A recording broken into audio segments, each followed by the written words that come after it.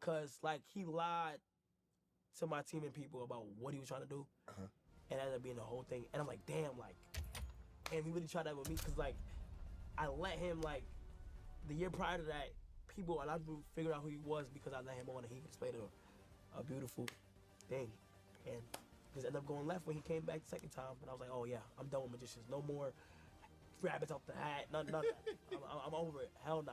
Cal, what happened with you went back to NYC and you was having this giveaway and somehow you was giving away shoes, I think, or you was giving something for Christmas. I was giving away like PCs, PS5s, I was giving away like gift cards, like a whole bunch of stuff. And something happened. It went haywire. It went way left. Yes. And if I'm not mistaken, you ended up getting arrested. Yeah, I got arrested. Yeah. Yes. It was so what happened? So boom. I just want to do something nice. I haven't been in my. That year I wasn't there for like 8-9 months. I didn't visit back home one night, and I came back. I was like, damn, I want to do something nice. It's during the summertime, and then for some reason, like in my head, I'll be thinking I'm just not this popular guy. Cause I'm in front of the computer so much. And then like at first I was saying when I was doing it, I was like, I think only like 500 people gonna pull up. Like I think only like 500 like people just want to see me or just like want to get something. Like I don't think it'd be too crazy. I think it'd be controllable and all that. That was not the case. We got there. I went to the middle of the crowd. I could not get out. There was a lot going on, and police tricked me. They got me. They said they was gonna help me, and they arrested my ass. They helped you. Yeah, they really helped you get out of the crowd. They arrested my ass. No cap. They helped me. They got me over the fence. I was like, damn. Now come on, go with us. Yeah, but like it was live and learn. You feel what I'm saying? I just know I gotta do it better. You feel me? So. But now all of a sudden you refocused. Not all of a sudden, but you refocused, and you want to help build a school in Nigeria. Yes. So I'm glad you brought that up. So I'm currently building that right now as we speak. We got to raise a lot of money during the Mafia-thon, and I've been to Nigeria and I was in Makoko. People was asking me like, why Nigeria? And I've been to Nigeria. Huh? I'm not Nigerian. Okay. But when I did go visit, I love the country so much, and I went to Makoko, and I seen some like real deal things that I was like, damn, my life is blessed because I'm like, the things that I was seeing, I'm like, oh my God, these people can do it. And I seen these kids that were very enthusiastic and learning, but they still going through what they had to struggle. And I was like, you know what? I want to build a school. And then we got it. We got the team on board. And right now, we're currently making it. And hopefully, it'll be done in 2025. I'm going to go visit. I want to go be able to visit it and make sure it's perfect. I want to make sure it's perfect before I reveal it. But obviously, anytime a situation like that, people are like, well, you didn't have to go to Nigeria. You could have done something like that. Yeah, in the Bronx, I've seen all that. Yeah, you go to Nigeria, you in the Bronx. I was like, you cannot win. You can't. You can't win. Yeah. You can't win. Because even if you donate money, that's all you donated, all that money you done made. I'm like, bro, you didn't donate anything. Yeah. But now you talk about what I donated, but you didn't donate anything. Yeah. It's never enough. It's never. Do you feel like, damn, I'm just trying to do something good out of the kindness of my heart. I don't want anything in return, and I get beat up because I didn't. You can't focus too much on it. Okay. I'm not gonna lie. I feel like the majority of the people I'm in, there's a lot of positivity. Right. There's way more positivity than there is negative. But to the average person, you see a lot of positivity, and that one negative thing could stand out over a lot of the positive things. So you can't take a lot of it serious. You gotta just, your good intentions. As long as you know, then you know your intentions. I feel me. So. Movies. Oh man. You want to do movies? Hell yeah. You know what's crazy? I want to direct and film either a show or a movie, and I want to but I definitely want to act. I definitely do. Because here's the thing now, you can't, I mean, look, you've had Kevin on the stream several times, and you can't get somebody better. He's been in the game, he's a director, he's an actor, he's a writer, producer, K Hart is where it's at. Yeah. So have you run some of the ideas that you have? I have. Ever since day one, he said like he makes sure the guys be on the right path, and like he helps me with like find writers or help me find these people that I just don't know. He's good enough, and he makes sure that he's a good person to like put me in the right direction when it comes to that type of field. I've ultimately learned that like I can't balance out streaming and a movie at the same time, so it has to be perfect timing. You feel me? So, I definitely do want to act though, bro. Like movies and stuff is like a big thing, because that's what I started with skits, and that was just acting. Right. So I didn't even know I wanted to be a streamer yet, but that's like definitely on my. Have you taken acting classes? I'm about to get into it though. Okay. Yeah, I'm gonna get into it. So I already want to see how that goes, and I want to sharpen up my skills, and get into it. Hold on, you got into the Good Brother 2 role from talking about it on your stream? Jungle One. Yeah, the director's son seen the clip and Jungle. showed the director, and he let me in, and that was crazy. You wanted a Yeah, that was crazy. The Wayans brothers, they're doing Scary Movie 6. They are. Marlon, you game? You down? Yeah, I'm down. I've been in contact, and Marlon, I'm telling you, you give me that opportunity, it's gonna be. I will make sure to take that seriously. So. But I read what Kevin Hart said, like he wants to do something with you and Drewski because your chemistry on the stream is like, okay, you can tell that you guys sincerely like each other, and there's no denying your chemistry. Over 700,000 concurrent viewers on Twitch, which is crazy. Which is crazy on Twitch is insane. Yeah. You feel me? So, now 100%. Like, I definitely would love to do something with Kevin and Drewski in the future. So, what's the best advice K Hart has given you? The best advice Kevin has given me is in order to be in order to go where you want to be at, you gotta just do it. You gotta just work hard, non-stop. It was one time he had me up at like 5 in the morning to go to the gym with him, to show me like to go to the gym with him at 5 in the morning. We worked out. I never worked out at 5 in the morning. We worked out. Yeah, I don't like the as soon as we walked out, he said, "Look how we just finished something, and people are about to wake up in like a few hours. You already got that out of your day. Your day, that's already got your day run." And after he was like, he had me on set like of something he was filming, and I got to see that. So like behind the scenes of that, and he's just a worker. He's a workaholic. He works. I got to give him hard. to it. He worked his ass off because he's always doing something. Yeah, always. He's always doing. He's doing a commercial. He's doing a show. He's doing a movie. He's doing a series. He's always doing something. And he works hard. I ain't gonna lie. I do like him for what.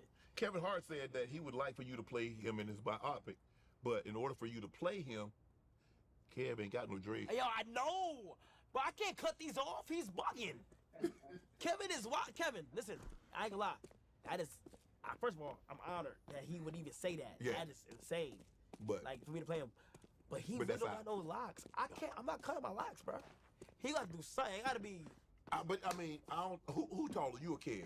Me. He is a little bit. I don't know. What? Bro, Kevin is so small. Bro, he's tiny. He's like right here. I mean, y'all. I don't know. I think I might have to go lean. Get Oh my gosh, Kevin is small. I can still grow. So by the time he's 8, I'm Nah, bro, you good.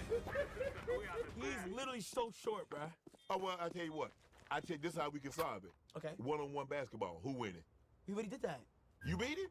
No, he cooked me. Damn! I know, he baked me. His kids is there, he's okay on stream, but he baked me, bro. But it was a little slippery, but I ain't gonna, I'll give it to him. He baked me. He's athletic. Let me ask you a question. The big three of content creators. Who you got in your big three of content creators? And it doesn't matter the platform. It can be Twitch, it can be YouTube, or whatever platform. Your big three. Who's your big three content creators right now? Damn, big 3 content creators. Oh my gosh. Right now, currently? Yeah. Nah, I when I hear big three of content, like always, I'll say Aiden, Speed, and myself. Like, from what I like really got on the internet, like, bro, it's so hard to do something at a hard level, at a high level for a minute. You feel me? Like, just all the accomplishments I have seen, I'll probably say that's the big three. What about Mr. Beast? Mr. Beast is golden too. No, but like, he's so golden, but like, I'm talking about for me personally, like, from what I've seen. Yeah. Because you've been on some of his platforms. You've been that $1 million challenge or something that he went off. He's insane. He's insane. From what me personally, from what I've seen, and the things that I had to see, like, bro. You also asked Elon Musk to help you be the first to stream from outer space. I want to go to space. They said it's a 3% chance of dying. But I want to be the first one to say like, "Yo, chat." I just do. And then. Like, and float around and then come back. But imagine going to space, streaming and come back. You like, smoke weed? I don't. Oh. Why? You can go to space and never leave the ground. Yo, oh my gosh. But because Wiz got some the I smoke with Snoop and I hot box with Snoop. Hot box with Snoop. I would never smoke again. I'm never doing it again. That. No cap. But for real though, yeah, that would be legendary. Hold on, time out. I'm gonna flash You me. played the game with Speed 5 days, over 105 hours. You guys were chained together, wrestling and shouting. Bro, I mean, I'm just trying to figure out how you sit around and come up with the stuff that you're gonna do. Because now it's just not good enough to just sit there Nah, and yeah, it's straight. crazy. Me and Speed, like, we doing a marathon tomorrow. We gotta start a marathon tomorrow. We're gonna be on the game until we get off. But like, I deadass like get this idea, and if I can do it with somebody, I always call Speed up. I'll say, yo, bro, I'm gonna set up everything. I'll pay for everything. I'll get the house, the set designers to make sure that the room's where it is. I think Colin. Only PC. Just pull up and he pull up every time. We just make sure that we're just like good. I just like playing the game with him. Like he's cool. Like you feel what I'm saying? So let me ask you a question. He said that you're not very good, and he said he cooked you in basketball too. He said he cooked you in. We never played basketball. But he said he cooked you though. He said he's a better athlete. Fucking both teams. Nah, he is athletic. I ain't gonna lie. I mean, I seen him back flipping and he racing Noah Lyles. Yeah, he's very athletic, but he ain't cook me no basketball. Dude. He said he would though. I don't think so. You fucking nigga. That you would have to. You would have to do a. You would have to play. Come on, bro. I played in the NBA. I shot 100% from the field. Yeah, you. I'm an LBA champion. Literally, I was cooking them little niggas. I'm telling you, bro. Bro, you was cooking 7-year-olds, bro. They're almost 13 though. No, almost. So they're almost like they're right there. They're damn near adults, bro. Get them out of here. Cooking them. They want to play bad. This is what they signed up for, bro. They knew exactly the rules and regulations that was in the LBA. Bro, you was like Shaq. Bro, okay, bro. That don't mean nothing. That doesn't mean anything, bro. Like LeBron is 40, and the coming in is like 22, 23. But some of them guys are LeBron's height or taller. What? None of those guys your height. They got the same heart that I do. They bleed the same blood that I do, bro. I had to fry them. It is what it is, bro. Come on, bro.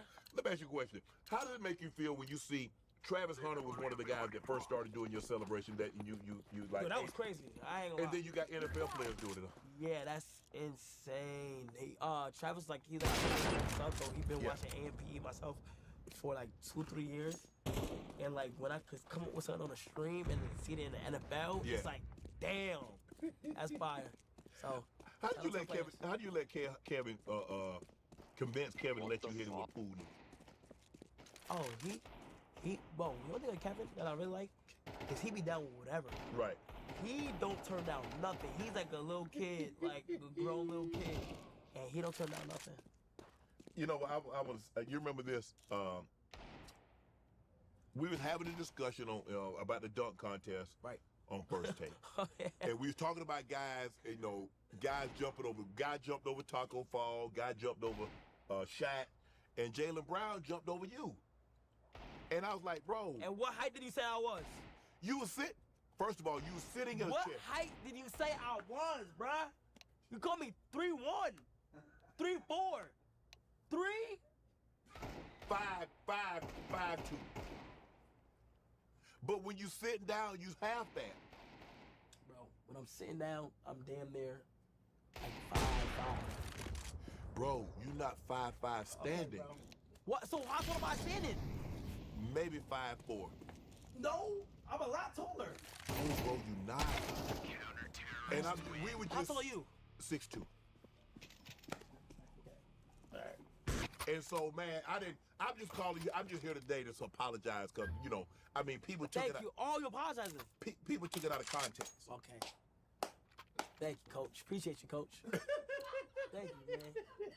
Yes, sir. More minutes, Shaq. More minutes. You made Adam Silver draft you to the Knicks. Is that your favorite NBA team? Yes, the New York Knicks. Anything New York Anything New York is me. New York tatted right there. Yeah, Anything New York is me. I'm gonna ride or die. Anything New York. It could be a New York bowling team. I want New York to play. Who's your favorite NBA I like to player? watch Lakers though. Who's your favorite player? Leandro Barbosa, the greatest NBA player to touch a basketball ever. Is he a homie or something? No, So how you come to Leandro Barbosa? cause I used to watch Golden State, and Leandro Barbosa was an amazing dude. He's a good dude, man. So- Who's your favorite player? LeBron. Yeah. Okay, I like that. I'm gonna Yeah, buy, that's please, fire. purple. Let me ask you this. I heard you retiring from basketball. Yeah, I did retire. Are you in 2K 25? Yeah, but I got my account hacked, so I don't have it no more. How? But I don't know. Somebody hacked my PSN. Yo, give me back my PSN. I want to play myself in 2K. They took I can't get it back. They hacked me. I can't get it back. But Kyrie joined your stream, right? Yeah. Kyrie, that's my dog. Yeah. I love Kyrie Irving so much. Why don't you get Kyrie to teach you how to handle the ball? He did. So that's how you learn how to handle the ball. huh, Yeah. Ky? So he taught me how to do it on stream, but he said I said to myself, I seriously wanted to play basketball or some serious stuff. And like I would stop streaming and I wouldn't even play. He said he feel like I'd be decent. Yeah. I'd be better than what I am now. Right. So because I get the impression that you really want to go back to the NBA All-Star game, the celebrity game. So I should tap in with Kai so I could dominate. Yeah, but you should have done that in the off season. But we're in the off season right now, basically. No, he's not. Oh yeah, you're You right. definitely he's in the off season. Well, And but now I can just go to Mavericks practice. I can just go to Dallas practice. Yeah. Travel with them. You feel me? Just me, all of us just practicing. I'm in the line. They gotta give me like a 10-day contract or something. Mavs, give me a 10-day. I don't even gotta play. Just give me a 10-day contract. But you know what? But everybody saw you FaceTime LeBron. What's the like the first time you met LeBron? Nah.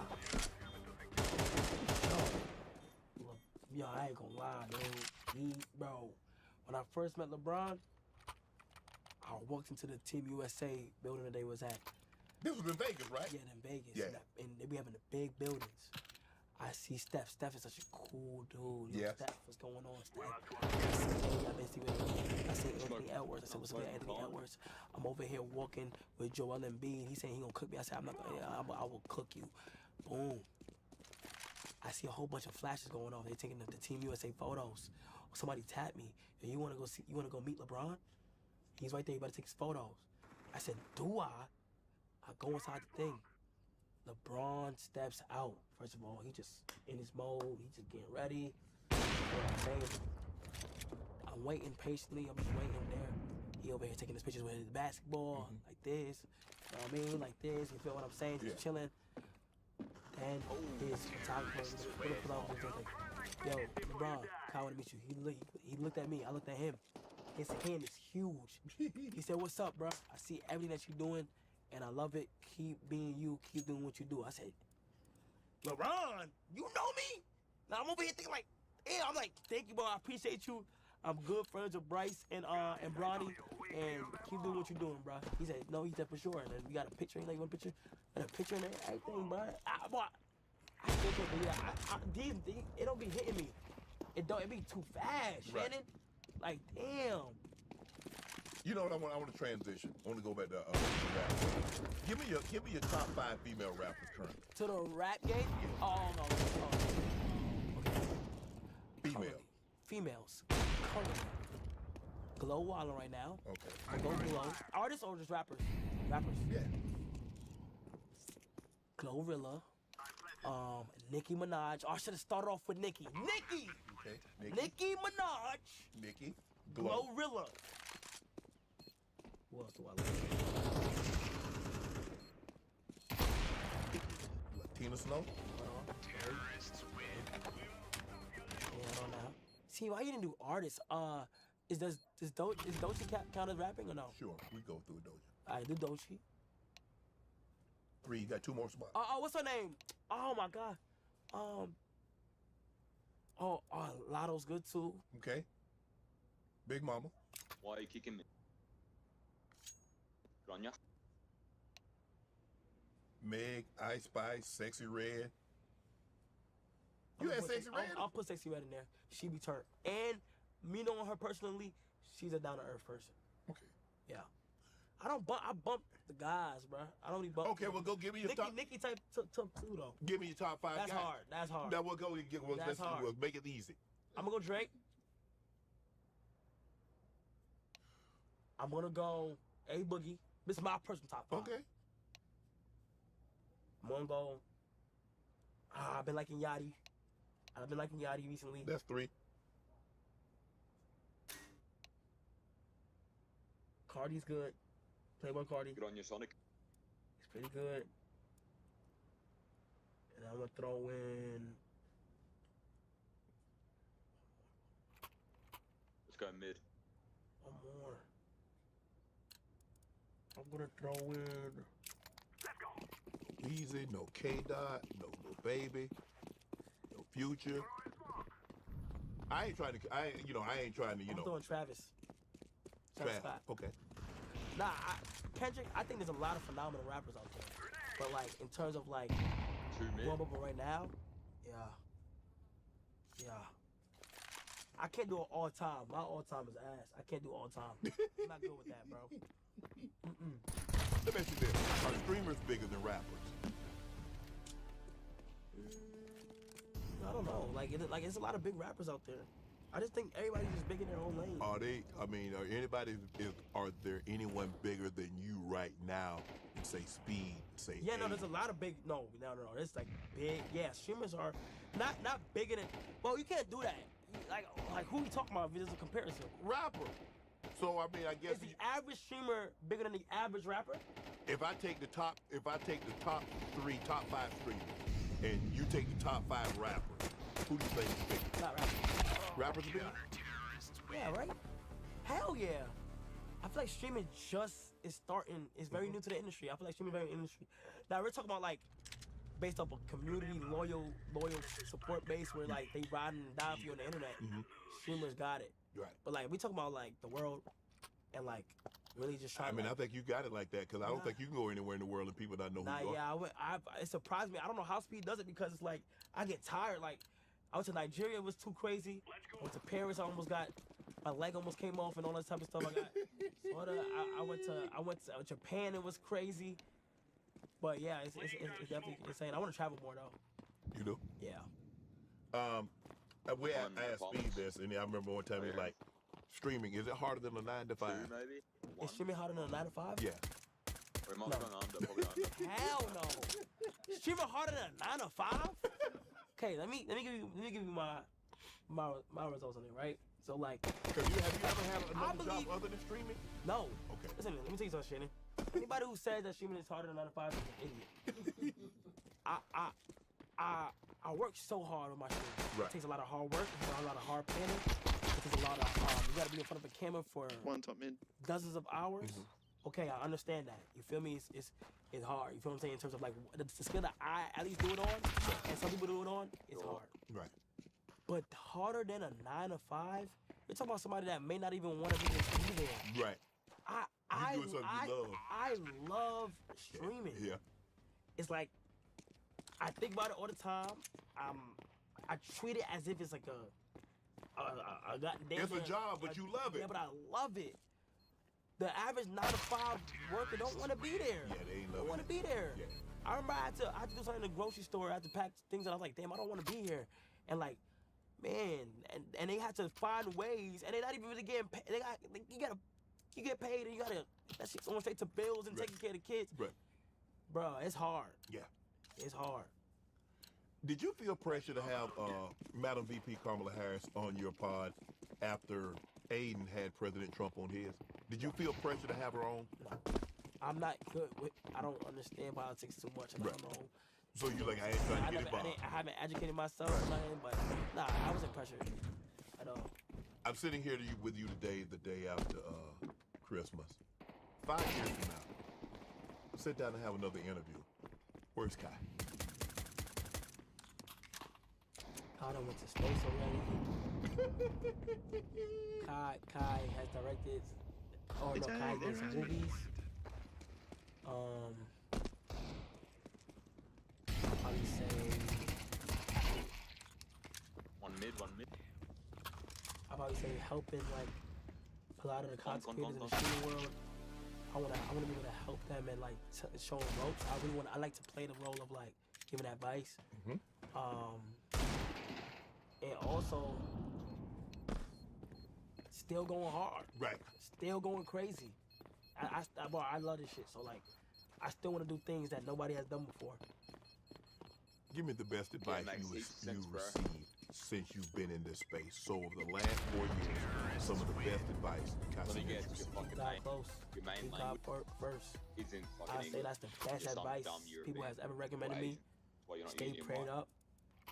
Don't lose vision of the Lord, because I really am a firm believer that like I would not be where I'm at if I didn't just like, you know, make sure to have them talks late nights or go through them hard times and turn to God and be able to like say thank you so much for the position, because I know where it was before.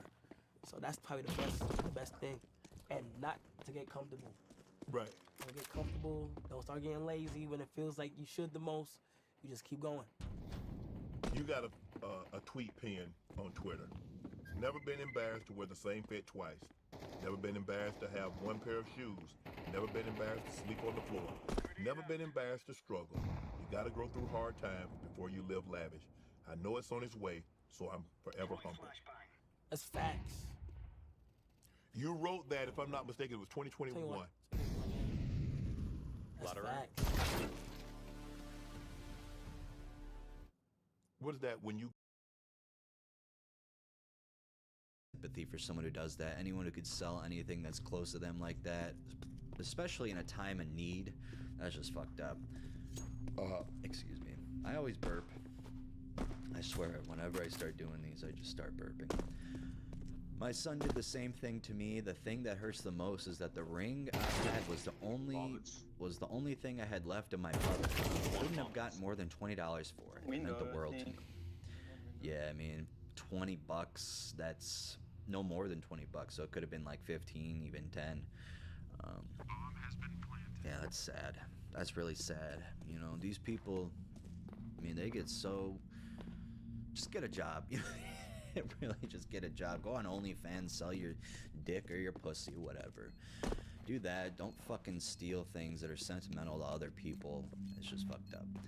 Also, I just started taking hydroxyzine. I'll probably never take it again. Let me know in the comment section if you want me to do a video on my experience with it. It was literally, I don't even know what to say. I'm still fucked up from it.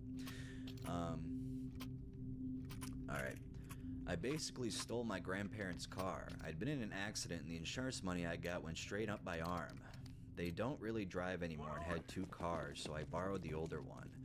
In my mind, I intended to pay them for it eventually, but deep down I knew I would never be able to get enough money together.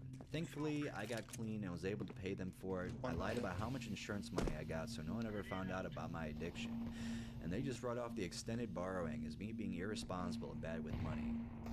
Alright, well, a little happy ending there. You know, what are you gonna do, huh? You paid them back. Good. I'm a stripper at a gentleman's club. Every day feels like I'm doing something awful that I dislike for money. I don't do any extras, but I'm just sick of the lifestyle and the stress of living off tips with no guaranteed pay. Yeah, that's, being a stripper just doesn't sound fun at all. I mean, I just gotta deal with all these clients, most of them probably like 60, 70 years old, who are just probably so dirty. Oh my god. I mean, the dirtiest men you could think of. Yeah, it's just so nasty. Alright. Where is this at?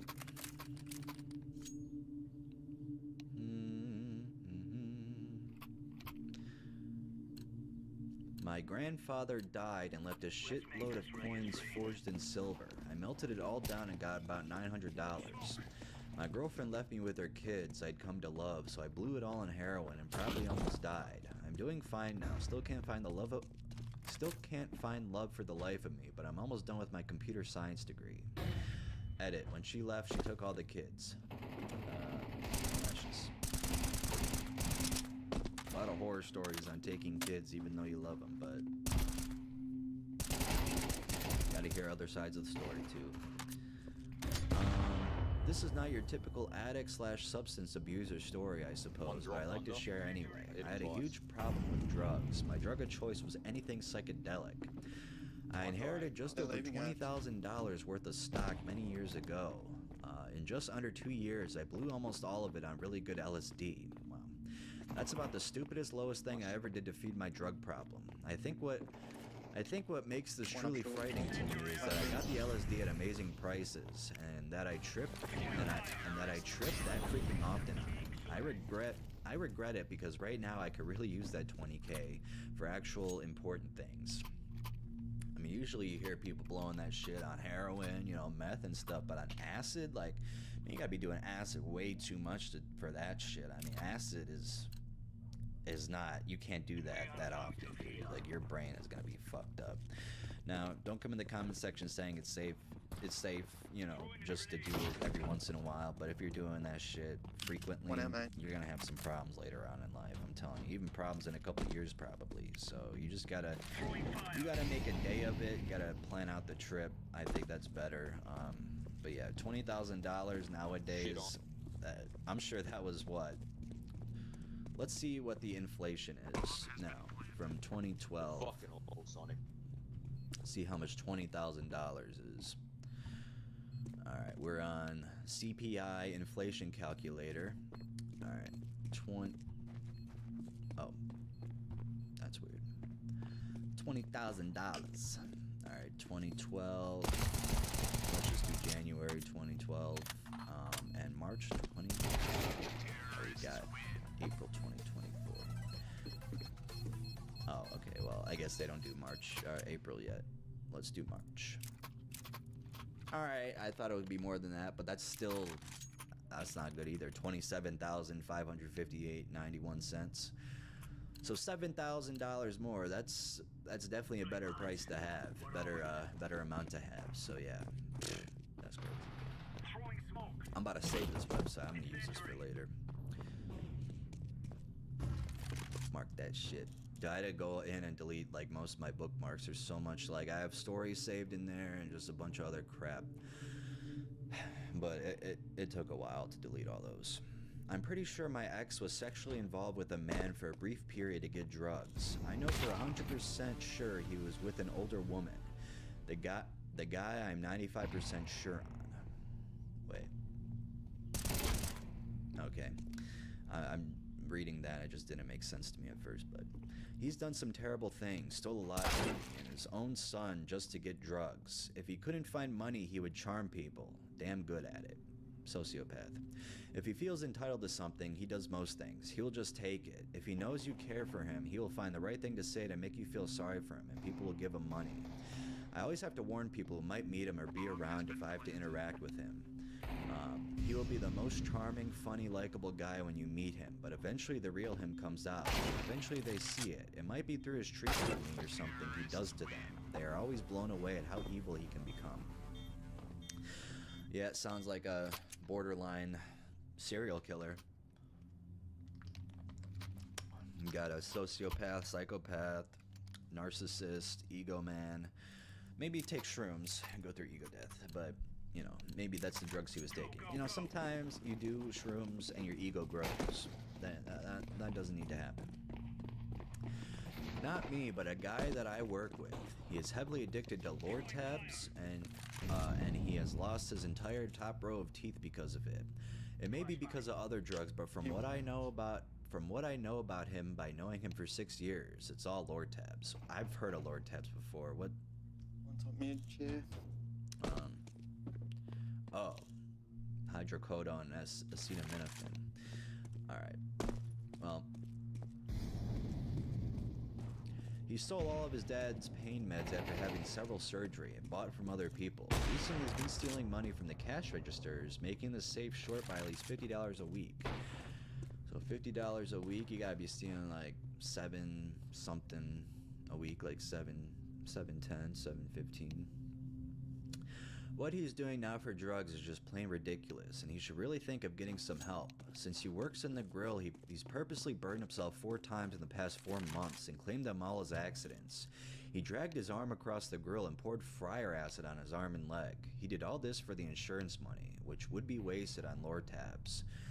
Yeah, that's a pretty fucked up one, just hurting yourself just to get drugs. I mean, that's pretty low. If you're doing that, you gotta stop and think about yourself and what you're doing.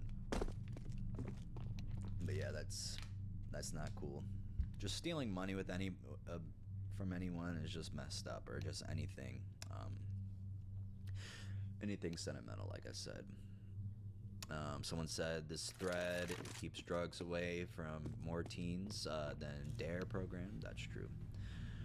Not drugs, but I am recovered from a period of severe depression and an eating disorder. When it was really bad a few years ago, I would spend all day, maybe 10 hours straight, binging and purging. I stole a lot of food from stores and dining halls. I would sneak in that all-you-can-eat dining hall and spend hours there back and forth to the bathroom. Also stole a lot of leftovers from various events. Think huge trays of Thai food or pasta, etc. that people put in the communal fridge. When that was gone, I would steal anything else I could find. Raw tofu, condiments, stale rice, etc. And when I ran out of money, I kept using my debit card and overdrawing massively at food courts and asked my parents for money that I would immediately blow on food. I would tear my room apart for nickels for the vending machines, and if I went to someone's house, I would binge massively. I knew I was mostly hurting myself, but I hated myself, so I didn't care. I couldn't stop. It was horrible, and every minute of my life was hell. Somehow over time I recovered, and now my life is together again. I'm so grateful for every day now that I'm no longer consumed by the disease. Thinking back on how I was living is like looking to the life of another person. I feel so disconnected from what my reality is now. Alright, so you had a severe eating disorder. I see. Yeah, I mean, that's a bad addiction to have too, not just drugs. You know, there's a bunch of other bad addictions that you can have. That one's definitely not good, because you could be eating some bad food and just get very unhealthy.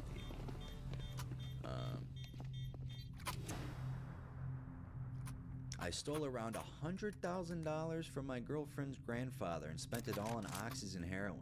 Jesus Christ. It was all done through fraud. About 3 times a month, I'd print out fake receipts and give them to my girlfriend. These receipts were garbage. I used fucking Word to make them. She'd go over to his house and beg him for the money. He always gave it to her, up to $5,000 at a time, usually around $800. This went on for a couple years. We bled him dry and ultimately made him give up on life. Fuck, when he was dying, I even went over to his house, strolled in, and stole his fentanyl patches. We were awful, awful people. Been clean for almost 6 years, but this is the kind of dirt that doesn't wash off. Yeah, it definitely doesn't. I mean, you're a piece of shit. At least you're clean now, but man, that is just so messed up to do. $100,000. I mean, the grandpa probably was a little rich, but that doesn't excuse the behavior of stealing that much money. Like, $100,000 is a lot for anybody, unless it's Jeff Bezos. Who cares if you steal from him? But he's not gonna give any money up, though. I mean, I respect Jeff Bezos for, you know, what he's done, and like, I don't like it, but like what he's done for himself, like, that's so much money, so much. What does he even do with all that money? That's what I like to know. I squandered all the money my parents gave me to set up my life on 1, food, because I was severely bulimic for 7 years. 2, weed, because I thought an eighth a week during college, because I bought an eighth a week during college. Sorry. 3, cocaine, because I bought a gram every week or 2 weeks for the last 2 years of college. And 4, random shit like ecstasy, MDMA, mushrooms, LSD a handful of times. The food is by far the worst because the others were at least recreational and social, and I don't feel badly about except for the money. Bulimia is a fucking black hole of secrets and lies, and I'm lucky I didn't die. When I think of the money I wasted and flushed down the toilet, I get really frustrated, but it's helped by the fact that I'm finally well, and obviously I never thought I would be. I know people are desensitized to hearing about drug addiction, but cringe and roll their eyes about eating disorders. If that's how you're reacting right now, please don't respond. It's annoying and predictable. Didn't have to read that part. Me and my girlfriend broke into Budget Auto to feed our cocaine, alcohol, gambling lust. Stole $1,200 and blew it all away next door. Been clean off the candy 5 months though. Stole my dead grandmother's wedding ring that she left to my sister and swapped it for 2 bags of smack. I'm about to fucking put 2 bags of smack in your ass. I went into rehab just to sell drugs to recovering addicts, just to feed my cocaine addiction. Okay, Jesse Pinkpin. Stole money from my family for cigarettes. Stole amphetamines from my friend with ADD. Stole textbooks from my high school and sold them online. Stole a Zippo and lighter fluid. Stole a handle of whiskey and a handle of vodka from my parents. Traded my own ADD meds for bud. Sold placebo pills and said it was E. Got kicked out of a guy's house and as his grandfather was calling the cops, I snagged $20 and a pack of cigarettes from his room. Pretended to be homeless to bum cigarettes. Just a terrible person all around. Yeah, you sound like a high schooler in suburbia. Yep, that's about exactly what they are. It was probably 10 in the evening, and I was walking with this guy that was selling ecstasy. I really needed some quick cash, so I went and woke up my grandma and did $20 of work for her just to get enough money to buy some. I feel so bad and still do. So you did $20 of work for her, and you feel bad? I don't think that's very fucked up. I once discreetly tossed a tightly packed paper bag of my poop over the counter in a pharmacy, and it exploded. While the pharmacist ran away, I hopped the counter and filled my backpack with aspirin. Hard to believe that story. I don't think that was real. I mean, if you're doing it, it might seem real if you were doing it for like another drug, but not aspirin. I mean, aspirin is just crazy. Good story though. I like it. I'm a gay man in New York City, and I used to prostitute myself for money. But specifically, I'd like to talk about the time I was solicited by the man who composed and produced all the music for Dora the Explorer in Diego. I arrived at his place, and he's doing coke. I mean massive amounts of coke, and saying the creepiest shit to me about wanting me to fist him. His haircut was all fucked up, and his apartment was a crack den. I ended up getting blown and grabbing $300 and running out the door. Started putting my life in better perspective after that point. Well, that's a very interesting story, I'd say. That's, the Dora the Explorer guy. Hey, I mean, you're working for Nickelodeon. I'm not fucking surprised here. Was it Brian Peck?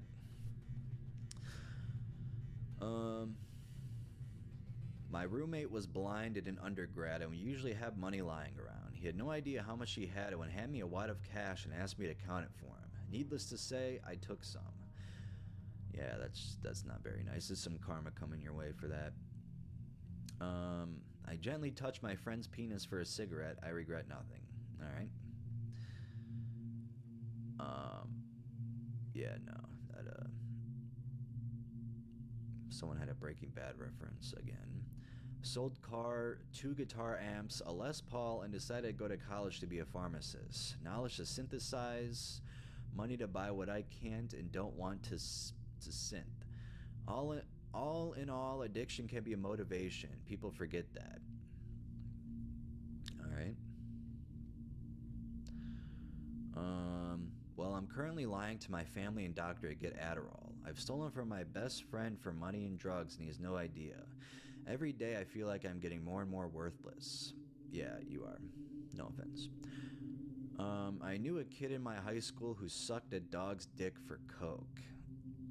I mean, how are you getting coke? Is the dog paying you, or is it just like a dare from people? Like, that is just so nasty. What? That's worse than the 50-year-old man thing. Oh my god, that is like way worse. It's not even the same stratosphere. When you say that compared to this, that's like nothing. Yeah, that's a dog. A fucking dog for coke. Low. Shawty got them apple bottom jeans. Am I being for real here? Yes. In high school, I got addicted to clonazepam. Really addicted. I was only 15 and I was popping 8 to 10 of these pills a night. For those who don't know, it's a sedative with recreational effects, similar to Valium. Yes. I couldn't finance my own habits, so I took to stealing my father's supply, which he desperately needed to help him deal with his panic disorder. That's kind of like stealing your grandfather's coin collection or something. That, you know, when they actually need this shit. By the time I begun to dip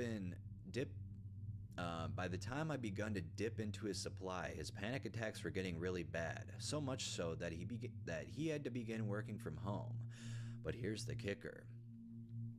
Instead of just taking the pills, I begun to replace them with almost identical looking Gravel, so I could take more without him noticing. Swipe a few clonazepam, replace with a few Gravel. Eventually, as you can figure out, there was barely any real clonazepam left, and his bottle was filled with Gravel. He only caught on after a few weeks of seemingly inexplicable panic attacks, which the Gravel obviously did nothing to help. I realize this is what the thread is specifically asking for, but still, if there are any pitchfork-wielding potential downvoters, be rest assured I feel like absolute shit about it, and I couldn't be happier to be a former addict. Well, at least you're okay now, that's all I gotta say. Nothing positive from that story, especially with someone who needs it. I mean, stealing medicine from someone who needs it, that's just messed up. I used to date a guy who got me free alcohol. Now that Wait, they wrote alcohol. Alcohol. I used to date a guy who got me free alcohol. Yeah. Now that I look back, the relationship was abusive. I would flirt and charm and strip down to entertain whoever would buy me booze. Yeah. I got a job. The horror. The lying, it hurts so much. Yes. Oh boy, this is a long one. Not long compared to like normal stories I read, but for this thread. Let's see here, I'm gonna read it.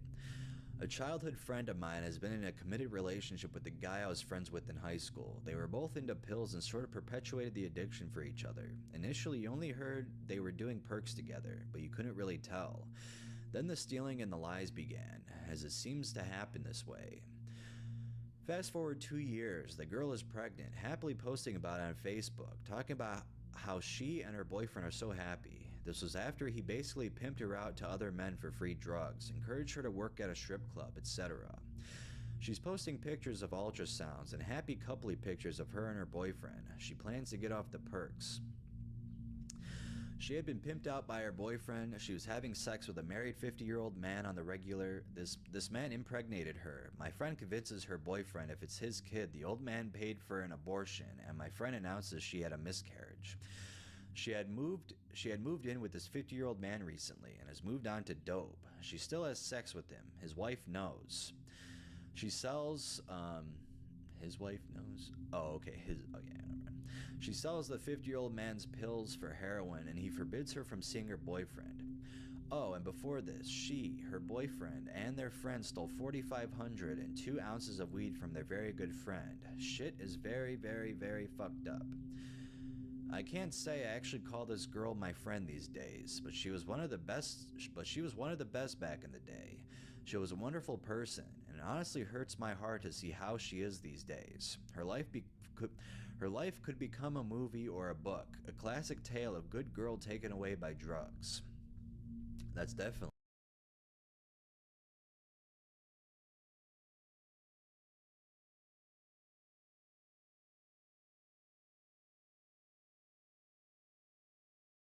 This video is not intended to encourage or glorify any kind of drug use. The sole purpose of these videos is to educate you on the dangers of what these substances can do to you. Please do not do any of the acts mentioned in this video. I repeat, do not do any of the acts mentioned in this video.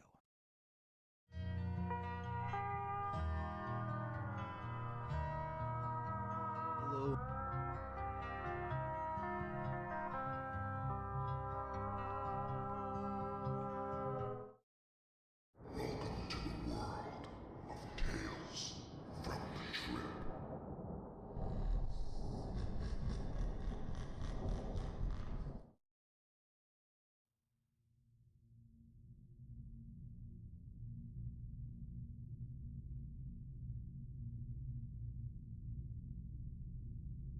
I do not take this regularly, but I was prescribed it and have a huge stash because I got a bunch of refills and rarely took it. I have talked to 2 doctors, and they basically tell me, sure, take it as much as you want. It's proven to be a very safe drug. I wouldn't bet on that though. I would be careful with it. Last night I was bored and not much to do, so I decided to take some gabapentin.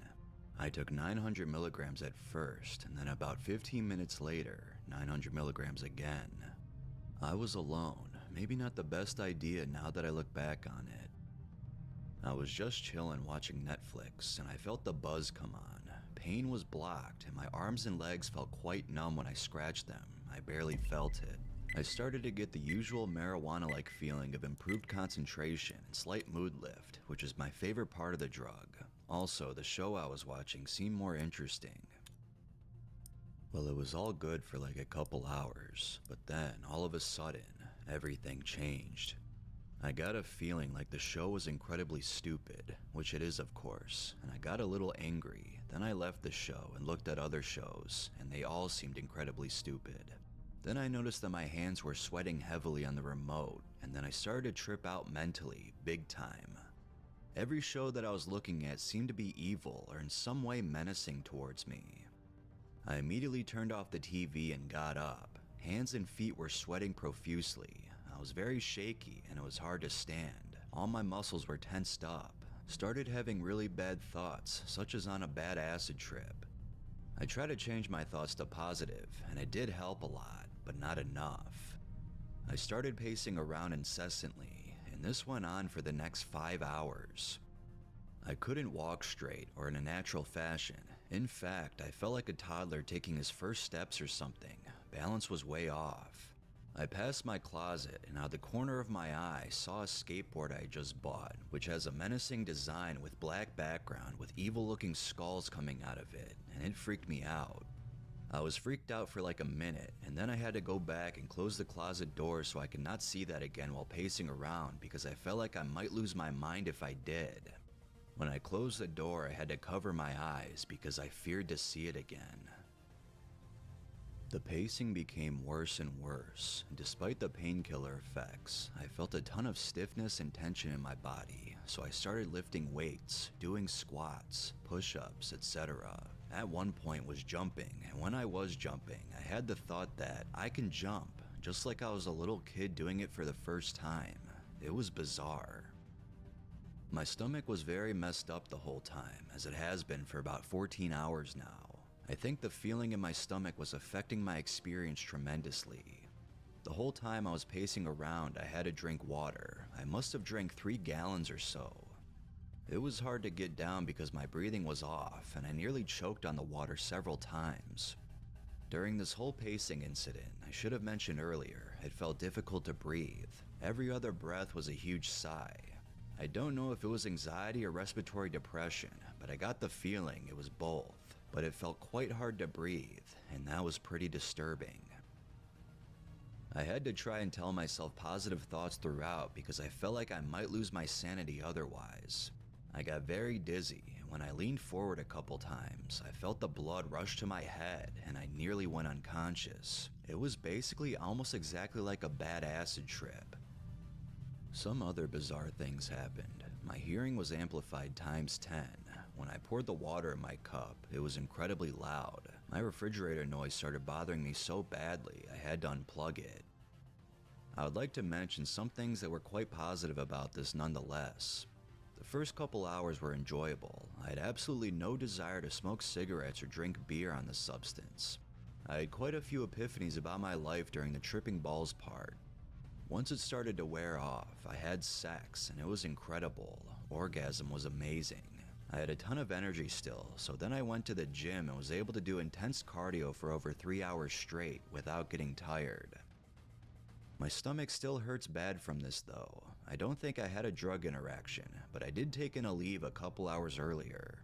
Maybe my GABA is tainted with some unknown substance and it is a bad batch or something, but I doubt it. I guess it just affects people differently. I decided to take it because of the many glowing experience reports, but it seems everyone's experience will be different. I took a relatively small dose too.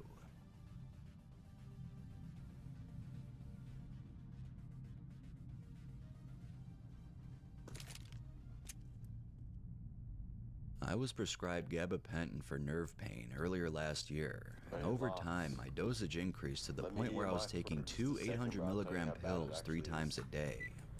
I was told that they can be recreational, and of course I didn't believe it because I take so much in a day. One day I took around 4 grams at once, and I noticed increased sociability, euphoria, lightness, and maybe a slight tracer type thing. I did this a lot, but every now and again, I would take a dose around 8 to 12 grams for increased goodness, but although the goodness increased, so did the tracers, dizziness, and or lightheadedness. This was a side thing I did for a week or two every now and then, but I mainly smoke weed. One day, I had taken around 4 grams of gabapentin and went to a friend's house. I stayed there most of the day, and later my friend offered me a hit of the bong. I thought, I took some pills, but these gabapentin pills might mix well with weed like some opiates. I was very wrong. The amount of dizziness I experienced was overwhelming. I couldn't keep both of my eyes in the same place. Everything was blurry and tingling, but my head was killing me. I started feeling nauseous, so I closed my eyes, but that didn't help. I ended up puking for hours and passing out in my car outside of my friend's house. At the time, I had no idea what caused this, so 2 days later, I took about 6,400 to 7,200 milligrams of gabapentin, and a bit later that day, carried out my daily habit of smoking 1 or 2 bowls from my long pipe on the back porch. I smoke about half of a gram to a gram per bowl, but since I pack it a bit, I'll go with a gram. I smoked the first one completely, and at 22% THC, that's about 220 milligrams, but I have a very high tolerance, so I felt the relaxation, but I didn't feel much of a head high like I normally do, so I cleaned my pipe out and packed a second bowl. About halfway through the second one, I started to get some visual distortions that were a bit odd, and I got kind of stumbly, so I stopped smoking and went inside.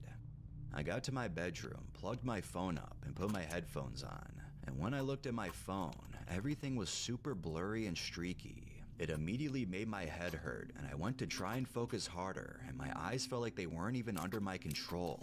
They were drooping and sagging and just swaying, not moving where I wanted them to go, like the room was spinning. I ended up getting nauseous and throwing up for hours again before passing out on the bathroom floor. I woke up the next day, did not take any gabapentin. Went through about half of the day, so now it has been 14 plus hours since the last gabapentin dose. I didn't take any this next day. I went outside on the porch, smoked 2 bowls, and went inside. Never had a single problem. These 2 substances do not mix. Together they make me so incredibly dizzy, I threw up 100% of the time. I hate that I had to do it twice to realize where the problem was, but I did it twice, so you don't have to. Be safe and do your research, guys. Cheers.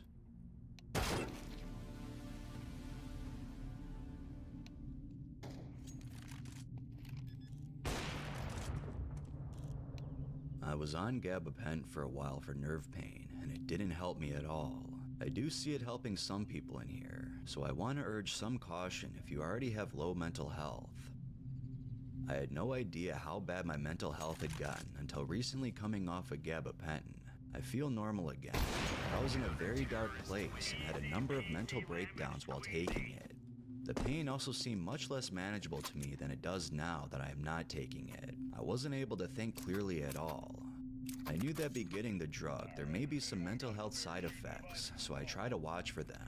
But I had absolutely no clarity or ability to consider that gabapentin was having such an adverse effect on my mental state until I stopped taking it. I had a very serious mental health episode while I was tapering off the drug too. I felt hopeless and was contemplating taking my own life. I'll flash it again, Lance. I urge anyone who is taking this drug to have a friend or family member keep a close eye on it. This isn't a side effect for everyone, but now that I'm a month out of taking it, I feel like a cloud has been lifted and I could take my back recovery seriously. It's really hard to know how bad mental health side effects are when you're taking medication. My friends and family noticed a huge change in me that I couldn't see myself until now.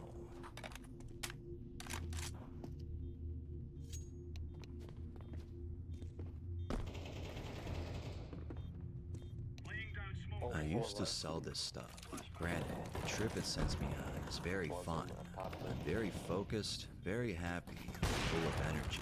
I feel as if the world cannot touch me. Me and my friends fuck with this stuff for a while. I personally had a real bad night with it where I almost overdosed. I took about 25 600 milligram tabs. At that point, all I did was swallow them. My body shut down, and that night, I only got a broken finger from when I fell. Prior to the fall, my thoughts were incoherent. I could not maintain a steady train of thought. I tried leaving the movie theater but passed out in the car for about 15 minutes or so. Then I drove home and almost wrecked. 5 600 milligram pills on an empty stomach sent my friend into a very bad seizure where she was brought to the hospital. She almost died that night. She also had the same violent reaction when she took 22 800 milligram pills and drank a 40 ounce of Steel Reserve on top of them. That was a truly bad night that almost ended in her demise as well.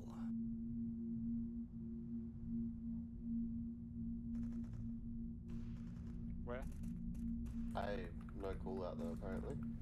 In late 2007 or early 2008, I was referred to a neurologist and was prescribed Neurontin, gabapentin, for severe neuropathic pain. While I've never been diagnosed with a specific condition, I've struggled with severe nerve pain, insomnia, as well as depression and other symptoms.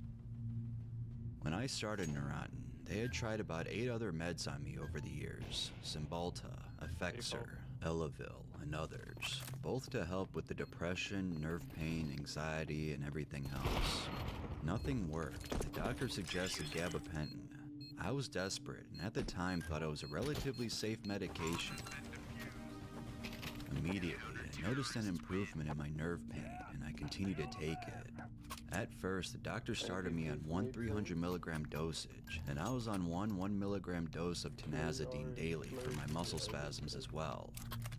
A few months later, I was up to 2 300 milligram capsules a day, and then a year or so later, I was up to 3 a day. It helped me immensely with my nerve pain and depression, and made me able to get out of bed. Before I had taken it, I missed an average of 15 to 25 days a term at school because I was hurting so bad I couldn't get out of bed, climb the stairs, and drive to school. I was so happy I finally found something, even though I didn't like that I was dependent on a pill. I went to college in 2009 and was still at 900 milligrams a day. Up to this time, I had no problem with refills and had received the meds every day for over a year. Well, my doctor called in the prescriptions to the pharmacy in my hometown, over an hour and a half away from where I was living at the time to go to school. I tried to get it changed, but they screwed it up and got sent to the right pharmacy. But since it had already been sent to the first, I couldn't pay for it because the insurance wouldn't authorize it twice. I had not had any Neurontin for about 12 to 18 hours at this point because I had run out the night before. I felt completely and totally out of it and could barely move. I felt awful and ended up making the drive back to my hometown to get the prescription. I got to this other pharmacy an hour and 45 minutes away, and the first thing I thought was, I have no idea how the hell I got here. I couldn't remember the drive. I was a zombie. All was well though. I got the script and was soon taken. Soon my nerve pain came back after a month or two, and I was up to 1200 milligrams a day. I went on like this for another year or so, and it started coming back as my tolerance built. Eventually, I had to up the dose even further and was prescribed 1800 milligrams a day, which I was on for a year or so. Around this time, I discovered the wonders of marijuana and started smoking it. I found the effects to be much more pleasant, but it accomplished all the same things. After a while, when I wasn't smoking weed, my nerve pain would come back with a vengeance some days, so I would take my 3 600 milligram dose plus another half a pill, or I'd take some for my friends or family members and take a couple of their 100 milligrams. Eventually, as this went on, in December 2011, I was abusing my muscle relaxants. At this time, I was on 2 4 milligram doses of tenazidine as well, because as the Neurontin became less effective, my anxiety got out of control. I became addicted to those, snorting a quarter of a pill every couple of hours, which made them 3 to 4 times more potent. I realized how out of control things were, and that gabapentin was no longer working for me. Neither was the tenazidine, and decided to quit all synthetic substances. I weaned myself off the tenazidine over a week or so to little ill effect, but when I tried to wean myself off Neurontin, it took over a month, about 5 weeks. After I quit taking it altogether, I realized there was no way in hell it was worth the relief it gave me. I spent 3 to 4 weeks in bed 95% of the time. I could not talk to people. Social anxiety was at an all-time high. I've never come even close to being that anxious and depressed. I'd see something sad or something that would remind me of the past on TV and start bawling. For the first 2 to 3 weeks, I would cry and shake, but I simply didn't sleep for a week at a time. I wanted to die. I thought about killing myself and almost took up my old habit of self-injury. All I could think about was a razor blade and slicing the fuck out of every part of my body. I was empty and ugly and worthless, and nothing I said meant anything. I couldn't face my family or the world in general. Even in public, I wanted to cry. The few times I went out in public or drove, I had to hide and cry so people wouldn't think I was crazy. My skin felt like it was on fire this entire time, and I was going outside every half hour for a cigarette, trying desperately to ease the withdrawal of this supposedly harmless medication that was not supposed to be addictive. I ended up in the hospital around this time as well because I passed out. I have no idea if it was related at all, but it only fueled my anxiety. My anxiety was there at any minute, and this went on like this for a month. When it got slightly better, it continued for a couple more weeks and got slightly better, and a couple more. And here I am, 7 months after, and I still have some of the same symptoms. They are just under control now. The withdrawal symptoms were severe enough to significantly impede my ability to live for 3 months after going completely off Neurontin, and I still do not sleep like I did before and on Neurontin. I feel like this huge part of me was taken, and I'll never get it back. This medication needs to have a warning about being physically addictive. I've withdrawn off several substances, and I've never had one come even close to this one, especially in duration. I've seen people withdraw off heroin before, and though that is more severe, the duration is much shorter. I'm contemplating contacting a lawyer right now, so that they'll have to label it as habit forming. So many people are taking this medication, and they think it's great, but if they ever come off it, they'll see why it's not. The dosage will always increase. It wasn't even on the maximum dosage approved. There is no way you can win with this drug. The only time I would say to take it is if it's not a daily thing, and it's your only option. If I had not had marijuana and a couple good friends, I would not be writing this. Suicide was the most prevalent thing on my mind the entire time, just to end all of the horrid pain. Hello and welcome to the second channel for Tales from the Trip. I'm your host, Tripkeeper, and on today's video, we're going to be doing Obscure Trip Reports to Fall Asleep to Volume 2. I asked on the poll earlier today, and this is what you guys chose, so this is what we're going to do. We're going to do Frightening Trip Reports again at some point. We're just not going to do it right now, because we're here right now, and yeah, we're here. But before I start, I just want to say thank you to all who showed up at the stream on my main channel with Vivek.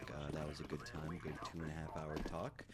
A lot of topics we covered there, lots and lots of topics. It was a lot of fun, and the people who came in, put their inputs in, it was nice of you guys to show up there. It was really fun, and we want to hope to make it a regular thing, every 2 weeks maybe even once a week, you never know. But yeah, if you guys liked it, hey, be sure to give that stream a like, stream on Spotify, Apple Podcasts, wherever you may want to do that. But yeah, it was a lot of fun. I'm glad we got to do that because we've been planning it for such a long time, and we finally did it. So I felt good. I feel like I accomplished something, and my fucking back was hurting like crazy after, dude, just sitting there all the time. And during the stream, I got up to use the bathroom, but nobody knew what I was doing because I did it really quietly. I was like unplugging my charger and trying to be as quiet as possible, holding the mic without trying to like fucking make a huge sound with it like I usually do. So yeah, that was interesting. And I was peeing. Oh god, that is disrespectful. Seriously. I was peeing against the toilet, like inside the toilet bowl, so it wouldn't make noise. I wouldn't even let it drip in the water. good time.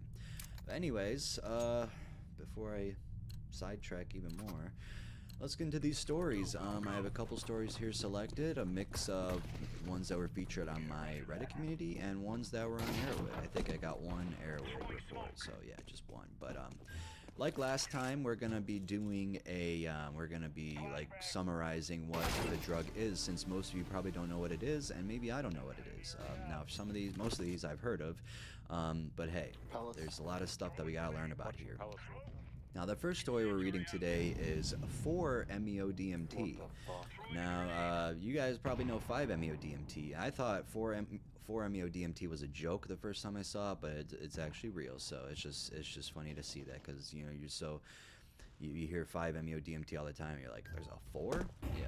All right. So 4-MeO-DMT is a tryptamine derivative which has some central activity in animal tests similar to that related of psychedelic tryptamine drugs, although with significantly lower potency than either 5-MeO-DMT or 4-hydroxy-DMT, psilocin. In the United States, 4-MeO-DMT is a Schedule I controlled substance as positional isomer to 5-MeO-DMT. That's all we got on it here, so that's all I'm going to go into. But thank you for that. Let's get right into this story. This one, the user deleted their account, but the name of it is, I'm a college professor, 4-MeO-DMT made me question everything I thought I knew. Now, this is actually a really good story, because I was planning on reading this, but I figured, like, you know, the obscure drugs on my main channel, it doesn't get as many views as something like an inhalant or something, so it's just like, I don't know if I want to read it, work that hard to just like not get a lot, but you know, maybe it would have, I don't know, but I was just trying to think of ways to title this, and honestly, I forgot about it until I started looking up stories to read, and yeah, this one came up, like, oh my god, I gotta read this. So yeah, this is a little bit longer one, and I think it's actually a really good story. I skimmed through most of it before, and let me turn off Discord. I don't know. I turn off the notifications. All right, I'm back. Discord was actually a really good place to record. I think that's just perfect, because me and Vivek, we do not like doing FaceTime or any shit like that. So it was perfect just to show our profile pictures while we're talking. It was a perfect place for it. And when we get other people on, like someone that's No One and Low-Key Fish or whoever, they can come on and we can just accept them into the channel. And, you know, whoever wants to come on, we'll probably end up doing something where people, you can sign up, and whoever wins that week can be on the podcast. That's just my idea that I came up with. I haven't said it to anyone yet, but I feel like that might be a good idea if you guys, you know, especially if you've already been featured on the channel. I think that would be perfect just to hear your side of the story, and yeah, it would just be very interesting. So let me know if you guys are interested in that. But all right, let's get started with reading this, because we're already 5 minutes in. Ever since my brother, Jake, was burdened with severe PTSD from his time in the military, I've developed an interest in studying psychedelics and their healing capabilities on the human mind. Seeing my brother suffer and being unable to help him had taken a toll on me, and I was determined to find a solution, or at least part of one, to my brother's ailments. Jake had been in the military for over a decade because he was medically discharged due to his PTSD. He had seen and experienced things that no human should ever witness. He had nightmares, panic attacks, and bouts of depression that never went away. Watching him struggle was one of the hardest things I had ever experienced. As I delved deeper into my research, I realized the immense potential of psychedelics in treating mental health disorders. Studies have shown that substances like psilocybin and LSD could profoundly affect people suffering from depression, anxiety, and PTSD. Despite the promising results, psychedelics remain a controversial subject. Many people still view them as dangerous drugs with no legitimate medical value. But I knew in my heart that there was more to them than meets the eye. That's the problem I have with people who just believe psychedelics are like, it's like, dude, there's fucking proof out there now. It's like, how much more do you want, you know? One day, while working on my research paper, I received a call from Jake. He sounded more agitated than usual, and I could tell he struggled. "I can't take it anymore, man," he said, his voice trembling. "The nightmares, the panic attacks, they just won't stop." My heart sank as I listened. I felt helpless, like I could do nothing to ease his pain. "Have you thought about trying psychedelics?" I asked tentatively. There was a pause on the other end of the line. "What do you mean?" Jake asked. I took a deep breath and explained the research I had been doing. I told him about the promising results and the potential of these substances to heal. At first, Jake was skeptical. He'd always been wary of drugs and their effects, especially after his experiences in the military. But as we talked more, he began to open up to the idea. "I'll try anything at this point," he said finally, "but you have to be there with me." I promised him I would be there every step of the way, and we planned to start experimenting with psychedelics together. A few weeks later, I bumped into an old acquaintance from high school. I had never known his name aside from his alias, RC. We struck up a conversation while shopping at a grocery store. After noticing that he was wearing a Grateful Dead t-shirt, a metaphorical light bulb flicked on above my head. On a whim, I asked him if he knew anything about psilocybin or LSD. To my disappointment, RC said he had neither. However, he did have something else. He offered me a vape cartridge full of what he called 4-MeO-DMT. I had heard of DMT, but had not heard this particular compound before. God knows whatever the hell RC actually sold me. It's funny how his name is RC, and that stands for Research Chemicals.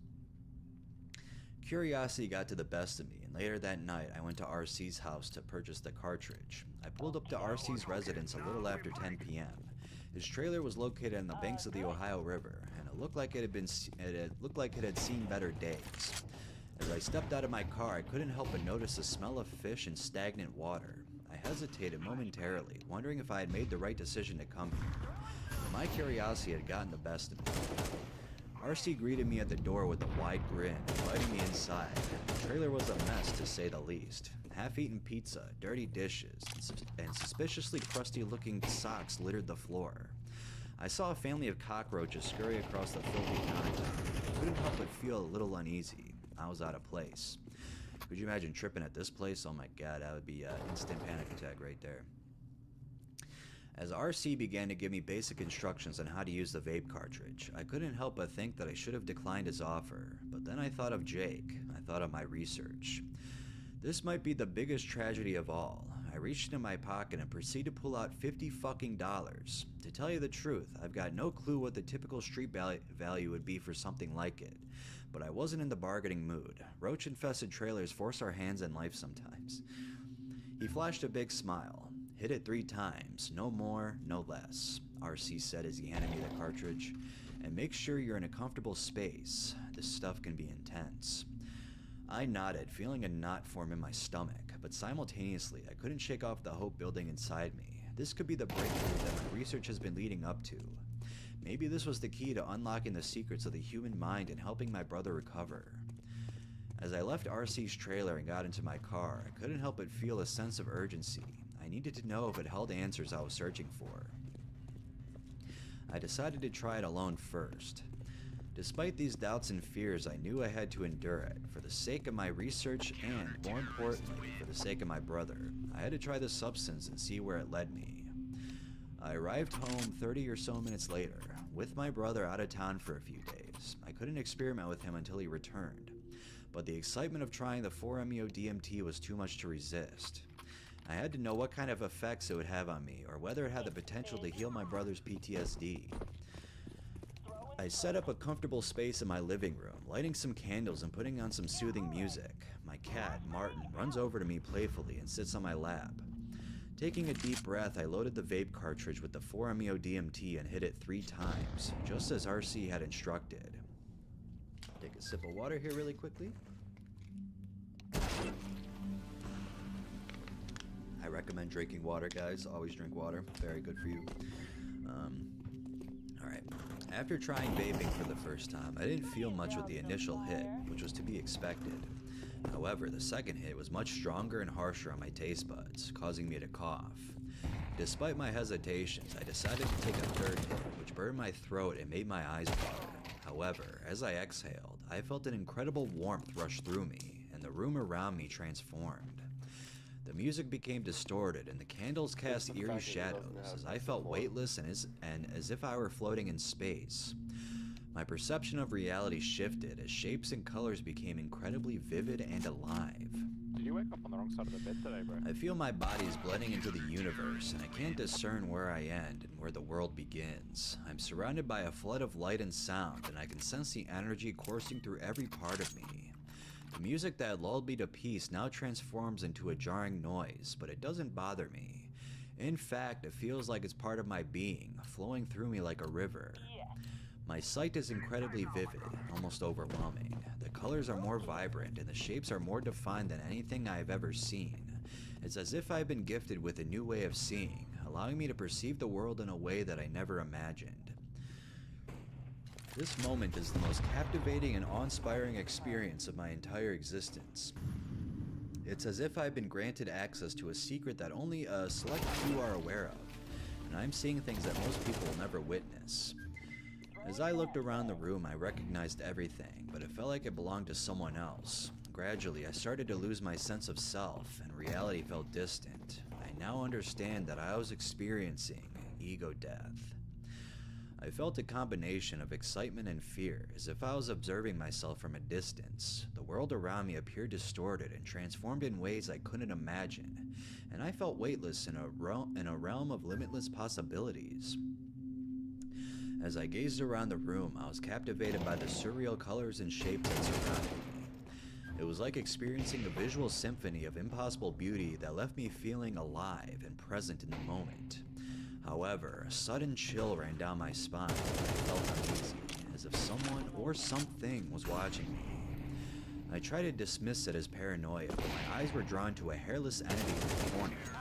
It had sharp features and a meek demeanor, but there was something about it that made my heart race. The entity sat with crossed legs, making a strange gesture with its hands, almost as if casting a spell. Its eyes locked onto mine, causing me to feel insignificant in its presence. While I was trying to understand the situation, my cat, who had been sitting on my lap, suddenly darted across the room and positioned himself directly in front of the entity. He stared intently at it as the entity raised its long arm just above him. What happened next still gives me chills to this day. My cat slowly extended his paw towards the entity, seemingly attempting to play with it. I was astonished by what I was witnessing. My heart raced as I realized that my cat was interacting with my hallucinations. The entity turned to face me, and its piercing gaze made me feel insignificant and tiny, like a mere speck in comparison to its immense power. Before I go on, yeah, like cats, dogs, whatever, like they have these senses that no one else can see. So when they have like the zoomies, or they just fucking look around, look in a corner of the room, and they see something, maybe that's a DMT entity. You know, you never know. It's just like, what are they seeing? You know, it's kind of creepy. I believe that this cat is actually seeing what he's seeing. Like I truly believe that, because you know, cats especially, dogs too, but like cats are just like really their senses are very heightened, especially like, you know, just looking around. Like of course, dogs sniffing senses are better. Well, I don't know. Are they that better? I know cats smelling senses are pretty good too. So I don't know exactly, but. Yeah, they can sense things. Like Ozzy just looks up in the corner a lot. Like there's probably someone watching me there, but I don't want to know. Alright, where was I? Okay, alright. As I observed the interaction between the creature and my feline companion, I started to question the authenticity of my surroundings. Was my mental state deteriorating? Had I caused irreversible harm to my cognitive abilities? A sense of panic overwhelmed me, and I struggled to maintain my sanity. The music I had been playing distorted even more, becoming unrecognizable.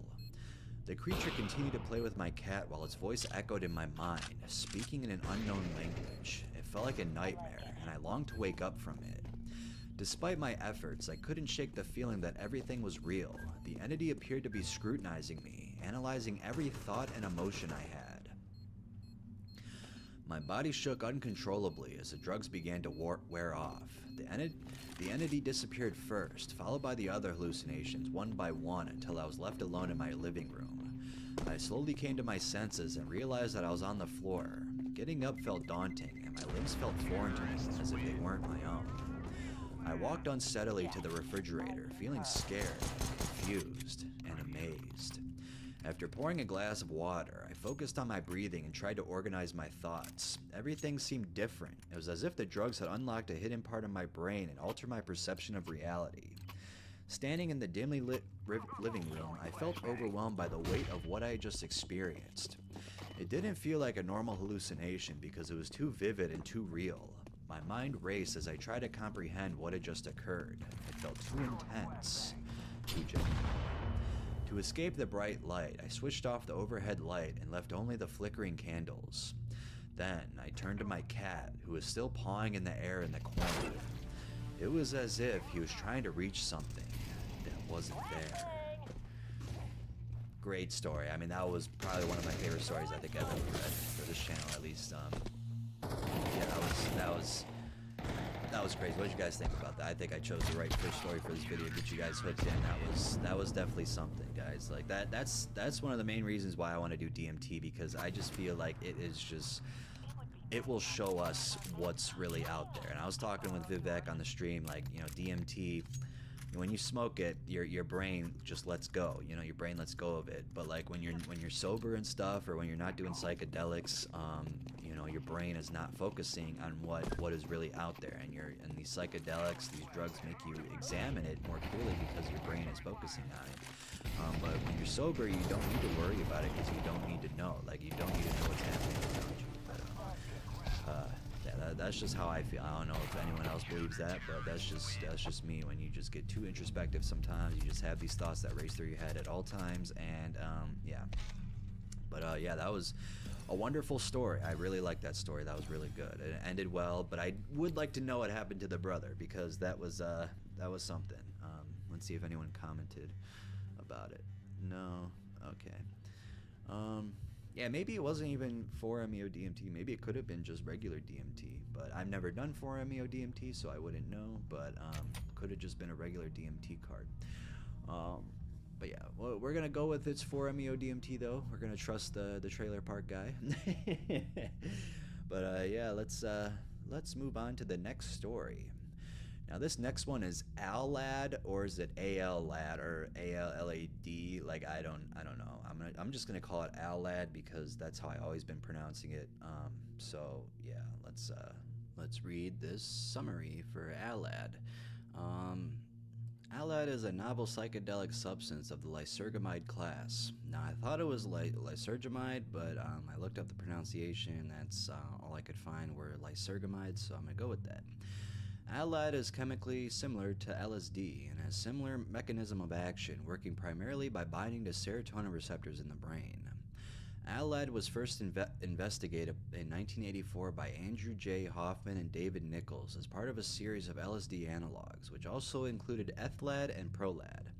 Now, I think I've done Ethlad before. It was either Allad or Ethlad, but I've done one of them before, and it was definitely interesting. Its activity in humans was later documented by Alexander Shulgin in his book Tychol, Tryptamines I Have Known and Loved. Okay, that's what that stands for. All right, now we know.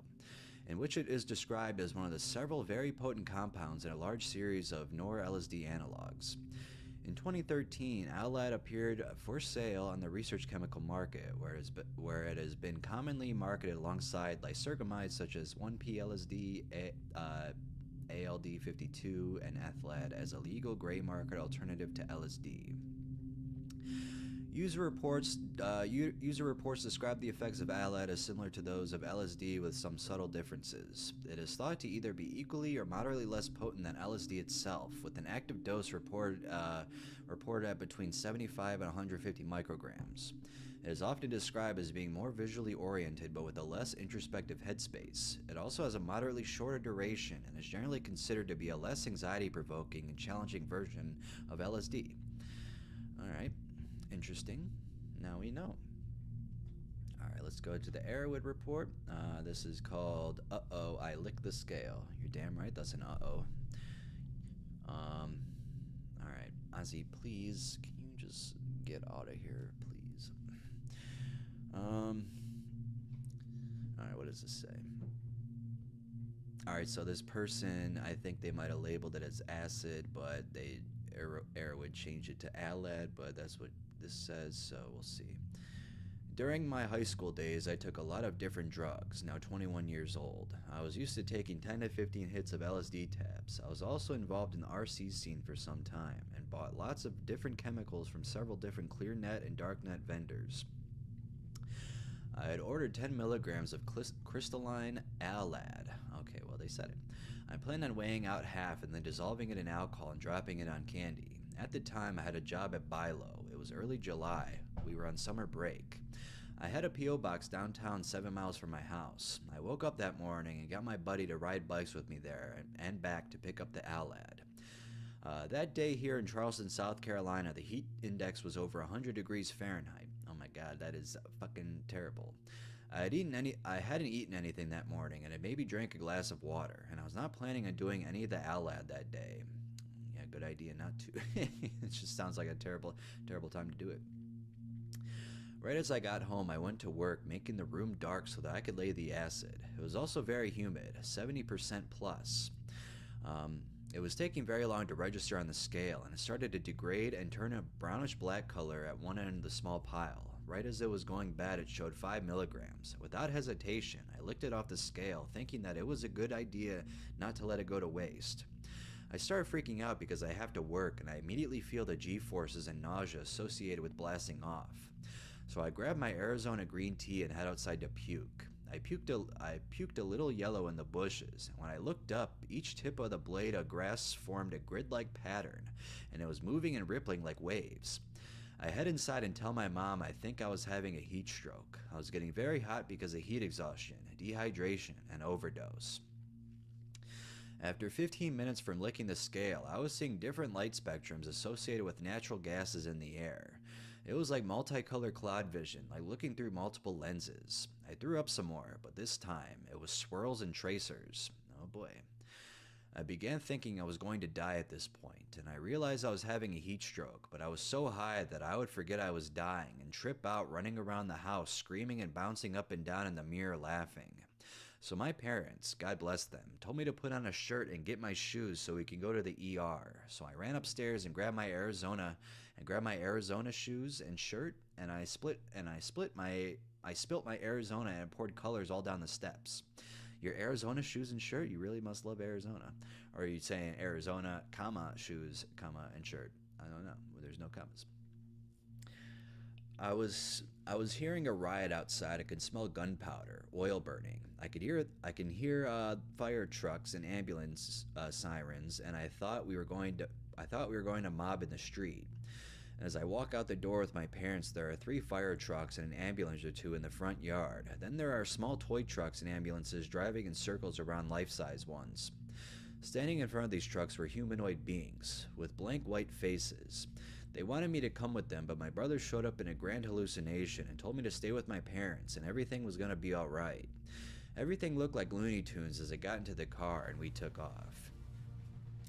When we got to the intersection leaving the neighborhood, I could see myself in the car from across the road from on top of the gas station, and suddenly the gas station exploded. My flesh melted off, and I was back in the car.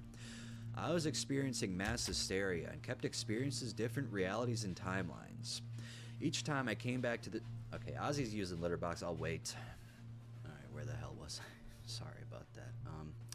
Each time I came back to this world for a second, I would say exactly what my parents were thinking, and I was hearing things backwards. Everything in patterns, geometric. The colors were so bright, and the sky was like lightning with gaseous rainbows, and a green matrix would appear when I closed my eyes. I thought we were at the hospital when we were still going about 25 miles per hour, and I rolled out of the car like a drunkard and into the grass median. I looked up and saw the Looney Tunes ambulance as my father pulled me in, and before the light turned, the faceless beings approached the car with the stretcher and knocked on the door.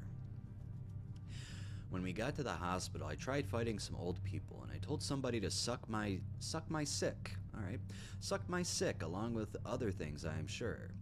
They brought me in a room fast, hooked my IV up, and I thought I was having heart surgery.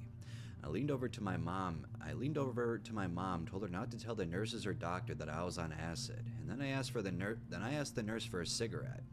I thought my crotch caught fire, and I pulled down my pants in front of the nurse. After receiving fluids, the Alad started to really peak, and the delirium from the heat stroke was going away.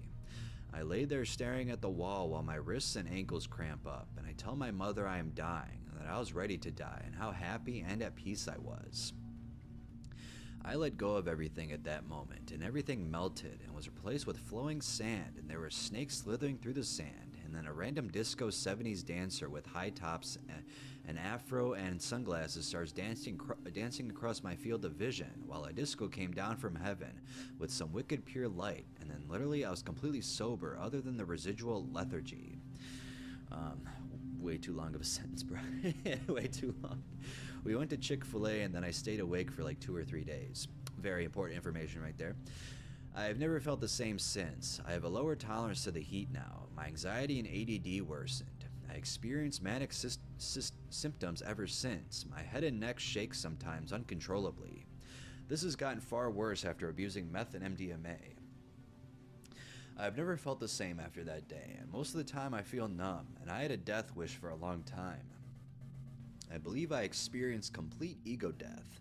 I've tried suicide before and after this experience. I no longer wish to Q myself, and I figured I might as well enjoy my life while I'm here. My brain has healed significantly since then.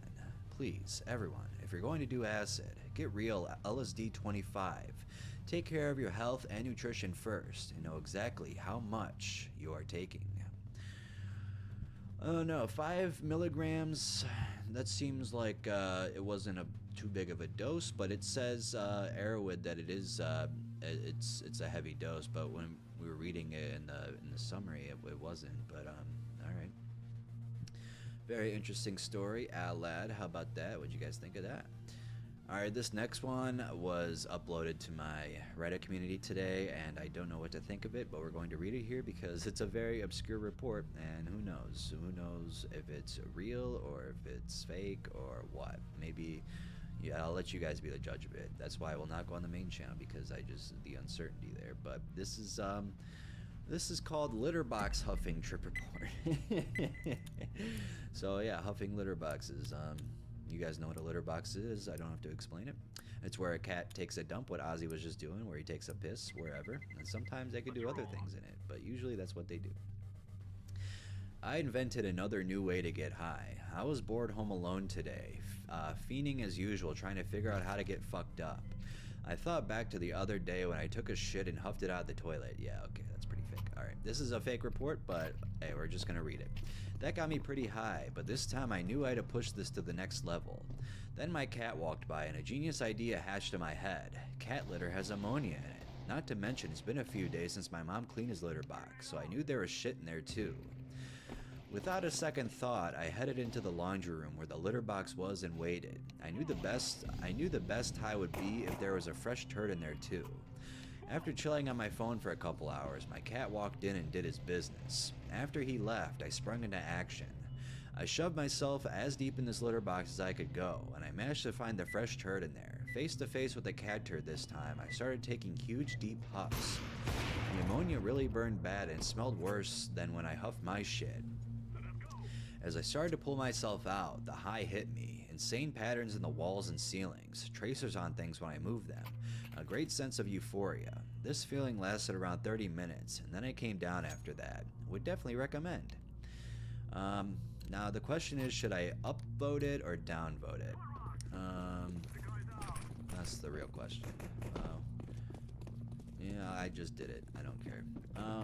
Yeah, that was... You could have made it sound more realistic, but, you know, at least you uploaded something, right? But once you said you huff shit, like, you know, I was already pretty skeptical, but when you said you huff your own shit, it just totally ruined the whole, you know, reality of it. You could have just kept that part out, and because if you would have went with it, maybe you know, went in depth with it a little bit, it could have turned out maybe to be a very good realistic report. It's confident, right? That was just... It's gotta go. One side and one. Alright, so this next one is milk thistle. If you guys don't know, milk thistle is native to Europe and was introduced into North America by early colonists. Milk thistle is found throughout the eastern United States, California, South America, Africa, Australia, and Asia. The terms milk thistle and silymarin are often used interchangeably. Historically, people have used milk thistle for liver disorders and gallbladder problems. Milk thistle is promoted as a dietary supplement for hepatitis, cirrhosis, jaundice, diabetes, indigestion, and other conditions. We know little about whether milk thistle is effective in people, as only a few well-designed clinical studies have been conducted. Results from clinical trials of milk thistle for liver diseases have been conflicting or haven't been clinically meaningful. Some of the studies have been of poor quality too. Although some studies have shown positive results on milk thistle for people with chronic hepatitis C virus, HCV infection, their overall research does not show a benefit. A small number of studies have suggested that milk thistle extract might be beneficial for diabetes, but the conclusions about its effectiveness are not definite. It's not known whether milk thistle is helpful for other conditions. How many people does it take? Alright, now that we got that out of the way, we got the milk thistle report. Dream trip report on OTC liver supplement called milk thistle. So this trip report will obviously be a little unconventional, mainly because 1, it's from an over-the-counter supplement and not a widely known one at that, and 2, it's not a hallucination trip in the literal sense, more like a dream. I don't know if this would count, but do keep in mind that I did ingest the milk thistle shortly before I went to sleep, so there's a strong chance it somehow influenced my dream somehow. I also woke up abruptly after the dream ended. To get you familiar, the milk thistle is a flower with its taxonomical name called the Silybum marianum. I'm sorry if I didn't pronounce that right. It's commonly used to help the liver due to its active ingredient with okay, we're just gonna skip over that because I basically did that. I'm blind. I took around 1,000 milligrams. Oh wait, they wrote something else. Alright. I had a particularly disturbing dream, although I'm not sure that nightmare would be an accurate term to use here. I took around 1,000 milligrams of the extract in pill form, 30 minutes before I slept at around 11 p.m. I don't know exactly when the dream happened, but I did wake up at around 5 a.m. So I found myself in a school, which somehow resembled the same college found in the Kojes anime. Sorry if I mispronounced that. Very modern and futuristic, that is. I remember finding myself starting what I presume to be the first day. I was introduced to 3 people, 2 students and 1 professor, who I would end up talking to regularly throughout the day. I developed a strong interest with each of them. Strangely enough, I found myself discussing a lot of topics that I like to discuss a lot in real life with people, like evolutionary biology, the metaphysics and philosophy surrounding mind-body dualism, and other spiritual topics to them. I eventually remembered that there was one test I had to take that day, and I remember that for some reason I did not study. I ended up flunking the test, and that this is where shit hits the fan during the dream. When I walked out of the exam hall door, for some reason I saw the 3 people I met that day parallel to me, directly from the other side of the hall. Their faces were normal at first, but I started noticing that my vision of them were getting blurry and distorted. I then saw them morphing into what I could describe to be weird Mesoamerican-like figures, and I noticed that I was somehow not in the same hall I was in before. Then there was like a blank cut all of a sudden, and then I found myself and them separated from the other side in some weird room. There were glass windows in between us, and I found them discussing things I couldn't comprehend.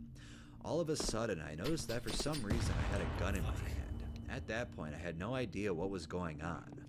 All I noticed was that I eventually heard the sound of the window in front of me break. Then another black screen-like cut happened, and I saw the 3 people I met that day dead on the ground. I did not hear a gunshot, which was very weird.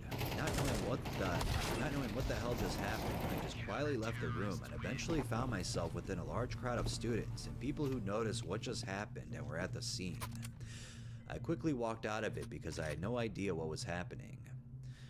For some reason after this, I saw flashing images of the 3 people I just somehow killed, and the fucked up part about this was that I first saw normal looking images from their childhood and their current adulthood, but then I would see X's on their eyes and a weird demon-like voice saying, "You did this to them."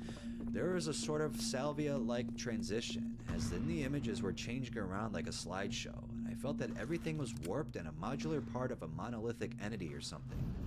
I did not know what to make of this. Eventually another screen cut happens, and I find myself sitting outside on a large circle table. Apparently it was break time now, and I was eating some food while I noticed a lot of people playing outside and stuff.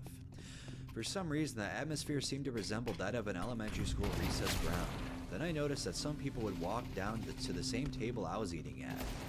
Eventually, some suspicious-looking people came and asked me about the crime scene that just happened.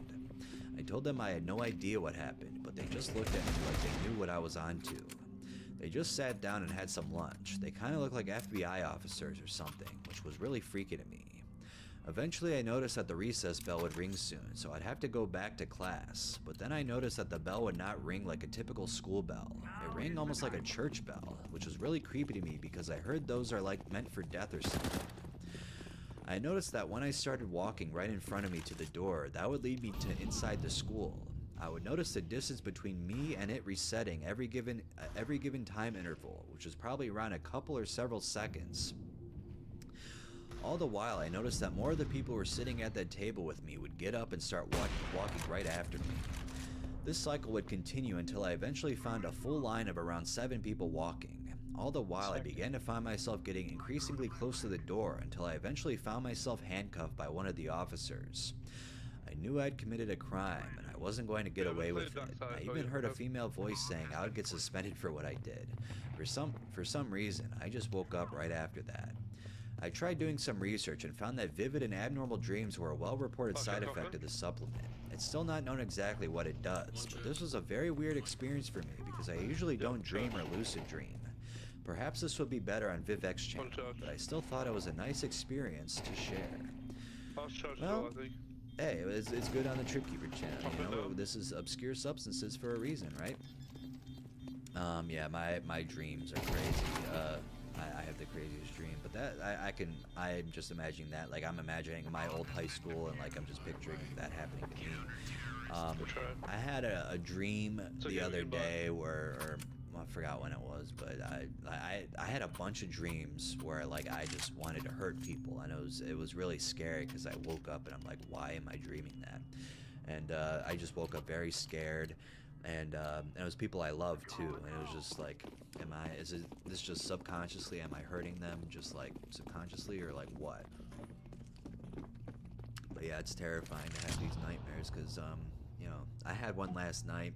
I won't go into detail with it because it was very weird, but, and sexual, so, but yeah, I just, yeah, it was interesting, but dreams are very weird, and yeah, when my dreams are already vivid, so just mixing vivid with nightmares, but you know, if you have a good dream, it could be really fun. All right, we are on our last story. Did I upvote that? Yes, I did. This last one is 4-ACO DMT. Did I read this last time? Did we already do a 4-ACO one last time? Oh well, we're gonna read it again.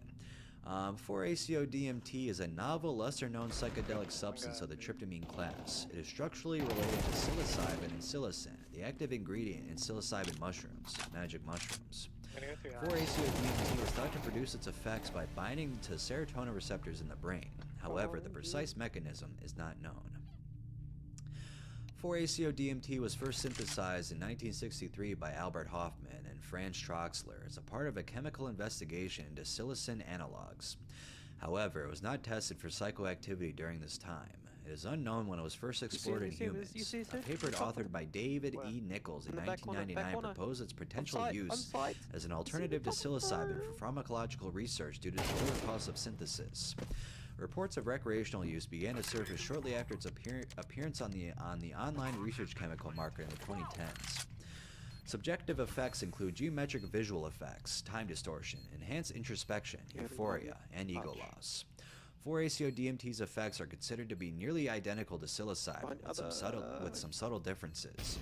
It has been theorized to act as a prodrug to psilocin in a manner similar to psilocybin, which may account for the similarity. 4-ACO DMT's classical psychedelic effects and favorable tolerability profile has led it to become popular among novel psychoactive substance users who seek mystical or entheogenic experiences.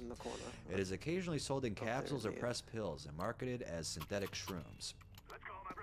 Now, I think I actually have some of this stuff.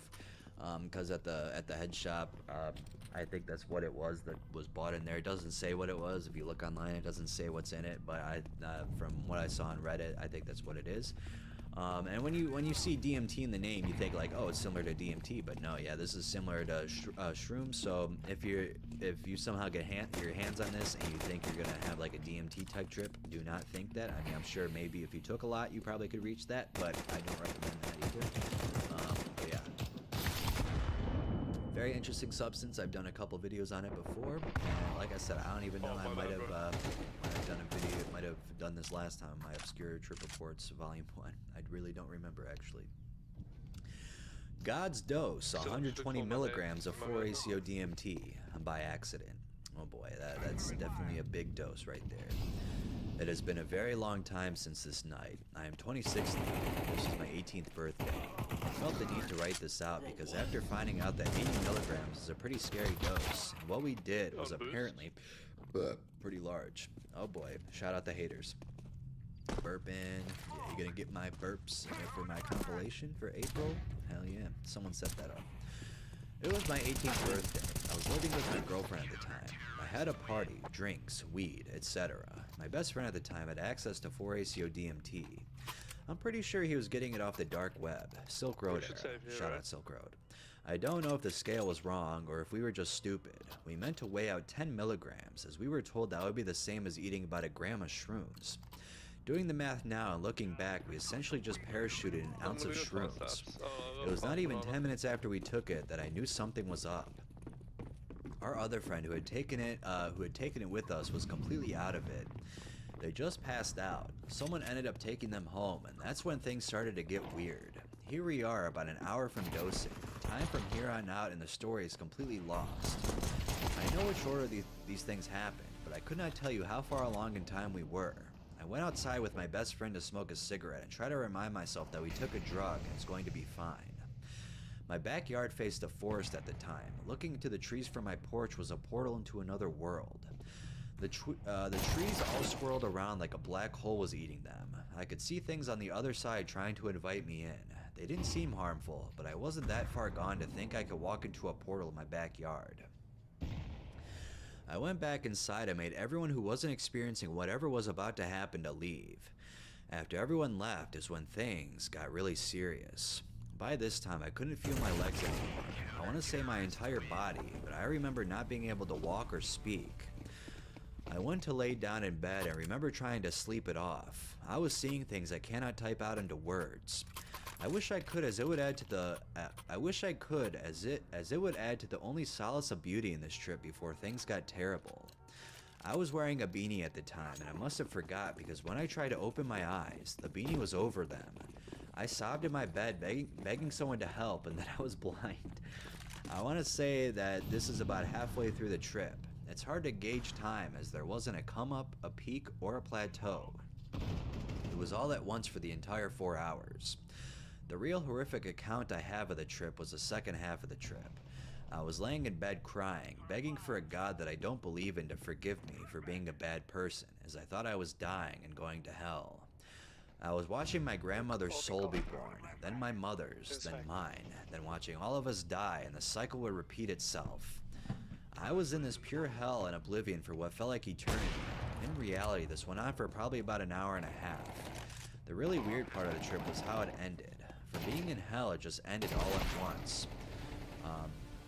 I was at the bottom of hell. I blinked and I was completely sober.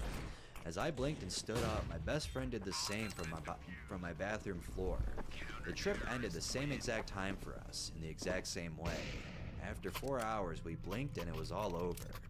I don't know what my friend went through. All I know is that he spent the 4 hours crying on my bathroom floor, praying to God that he wasn't dead. If anyone has any major dose stories about 4-ACO, I'd love to hear them, especially if your trip ended the same way, instantly. I've done a lot of drugs in my life, and nothing has ever been that abrupt. Thanks for taking the time to read. Oh, you're welcome. Yeah, very good story to end the video. I think that was very interesting. 4-ACO DMT is just it's a very, very interesting substance. Someone commented saying, OMG, what the F? I just came down from really potent 3 grams of shrooms and I had the same exact experience as you. Yeah, just it ending like that, that's kind of crazy. I don't think that's ever happened to me, but if that's happened to you guys, let me know in the comments because that's very cool to think about. But yeah, that was Obscure Trip Reports to Fall Asleep to. Sorry about the litter box trip report. Hey, what's up guys, and welcome back to another Reddit stories video. And today we are going into some chilling stories from Reddit, and this will just be a bunch of, spine chilling and scary stories from Reddit, and they're all super interesting. I love every single story I picked out for this video. I love them all, and I'm sure you'll love them too. And I'm glad you're here, and these stories are great to listen to whenever you're sleeping, relaxing, studying, or just want to listen to a scary story. It's perfect for all of that, and I'm just glad you're here. And thank you so much for watching. And also, before we get into the video, please like the video and subscribe to the channel. It's the channel's goal to be at 500,000 subscribers, so it'd be awesome if you subscribed and joined the community. And yeah, all right, without further ado, let's get into some chilling stories from Reddit. By the way, I just found my wife outside. I'm sitting here freaking out. It's 3:17 a.m. and I just found my wife outside. This is going to be a mess as I'm still shaking, but let me explain it as best I can. So a bunch of years ago, we lived in another house. One night I woke up in the middle of the night because I heard noises coming from the other half of the house. I quietly opened the bedroom door and immediately saw a light on in my wife's study, which was situated next to the kitchen.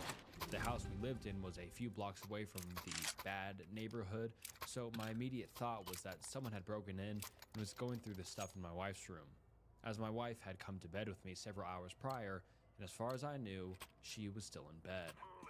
I crept through the house and was ready to confront the person in the room when I realized that it was my wife. In my half-asleep state, I just assumed she was still in bed. Turns out she had woken up, couldn't get back to sleep, and went to her room to browse Facebook or whatever for a while. I'd almost confronted my own wife thinking she was a burglar. Now, in our current house, we have a screen door and a wooden door. The wooden door has a deadbolt on it, and you have to make sure that you take the house key with you, because if you close the wooden door, you're not getting back in unless you grab the hidden spare key or knock on the door/window to be let back inside. So it's about an hour ago. I'm woken up by the front door rattling. I immediately grab my phone and pull up the security camera located right by the front door. To my surprise, I see my wife standing there. I'm shook. Except for her, because we've been married over a decade, and I know what my wife looks like. She's dressed in the same clothing she wore today, red top and black pants. 100% her. I didn't know what she was doing outside, but she is. Confused, I roll over and ask my wife fast asleep. Remembering the incident in our past, I use my phone screen to shine a light on her and confirm that it's definitely her and she's definitely in bed. At this point, I'm really confused. I get up and make my way through the house to the front door. As I walk into the lounge room, our cat looks up at me, half asleep. Normally, she's super curious about stuff going on outside, and I have thought of that hearing the screen door rattling would have caused her to be at the door trying to see what's going on. But it's as if she hasn't heard a thing. I stand by the door and call out, "Who is it?" "It's me. Hurry up and let me back in. I'm freezing. I went outside because I heard something but forgot to take the keys in my bag with me." That absolutely sounds like my wife. Accent, intonation, knowledge about where her set of keys are, everything. But I'm not convinced because I've just seen her sleeping in my bed with my own eyes. "Hold on a second," I tell her. Now I'm heading back through the house and into the bedroom. I wake up my wife and say, "This is really fucking weird. You have to see this." I open the camera app and show her the front door. She's still at the door, looking around, wondering what I'm doing, because all I need to do to let her back in is turn the handle on the deadbolt and open the door. My wife says, "What the fuck? Was that recorded?" I tell her, "It's not. This is live. You're standing outside of the front door. I just went down there and asked who it was, and your voice told me it was you and that I should have let you back in because you're freezing and you left your keys in your bag." My wife gets up and peers through the bedroom window. As you can just see the front door alcove from there. She gasps and pulls the curtain shut. She turns around and I'll never forget the look on her face as long as I live. She's terrified. "That's me," she says. At this point, I'm freaked the fuck out. I'm wide awake. I'm speaking to my wife and I'm physically touching her while trying to peer out the window with her. But there she is, standing outside in the very outfit she wore today. Same hair, same glasses, same everything. We walk into the lounge room and grab the big torch I have. It's a big, sturdy metal, super bright light, great for blinding people and hitting them if they get too close. We stand by the door again. "What's your name?" I ask. She tells me her full name, including her middle name. It's correct. "What's your birth date?" she tells me. It's also correct. "What did you have for dinner tonight?" She tells me this too, and tells me that I cooked it. This is right too. I can hear my real wife standing next to me, trying to control her breathing as she's scared out of her wits. I nudge her and whisper, "Ask her something only you would know." After a moment to steady herself and think of something, she speaks. "When we last stayed with my parents, what change had Dad made to my old room?" There was a pause. "Who is that?" the person outside said. "Why aren't you letting me in? You know it's me. You're trying to freak me out. Who's that inside with you? Is that a recording of me? What's going on?" I said, "Answer the question. What change had been made to your room when we last visited?" Another pause. Then finally, there was a second bed added, as Max and Damien, my brother-in-law's 2 kids, sleep in there while visiting Mom and Dad. There's an audible gasp from my wife next to me. Now we're both freaked out. I grab her hand and lead her back into my bedroom and turn the lights on. We're still awake watching the cameras. The other person walked towards the backyard, presumably to grab the spare key. That was about 40 minutes ago, and I haven't seen them since. I'm too shit scared to go to bed because I'm scared that this person, who knew everything about my wife, will find the spare key and enter. I don't know who the fuck they really are or what they want, but I'm not sleeping. 11 rules for dipshits who bought a haunted house. Well, you really screwed up this time, didn't you? You found a gnarly deal on a beautiful home that almost seemed too good to be true, and you jumped at it. And now that you're all moved in, you've started to notice some anomalies. You know the type, the spooky dooky anomalies of the supernatural persuasion. Bumps in the night, doors opening and closing by themselves, auditory hallucinations of voices and whispers. It's more common than you may think, but not everyone realizes the danger. These signs could be proof that some forsaken lost souls inhabit your property.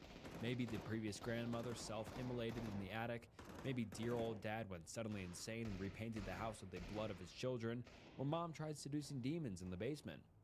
If this sounds even vaguely familiar to you and you are looking to the good old internet for help, then you've come to the right place. You see, I have this friend, had this friend named Nathan. A couple months back, Nathan found a house for sale in southern Georgia.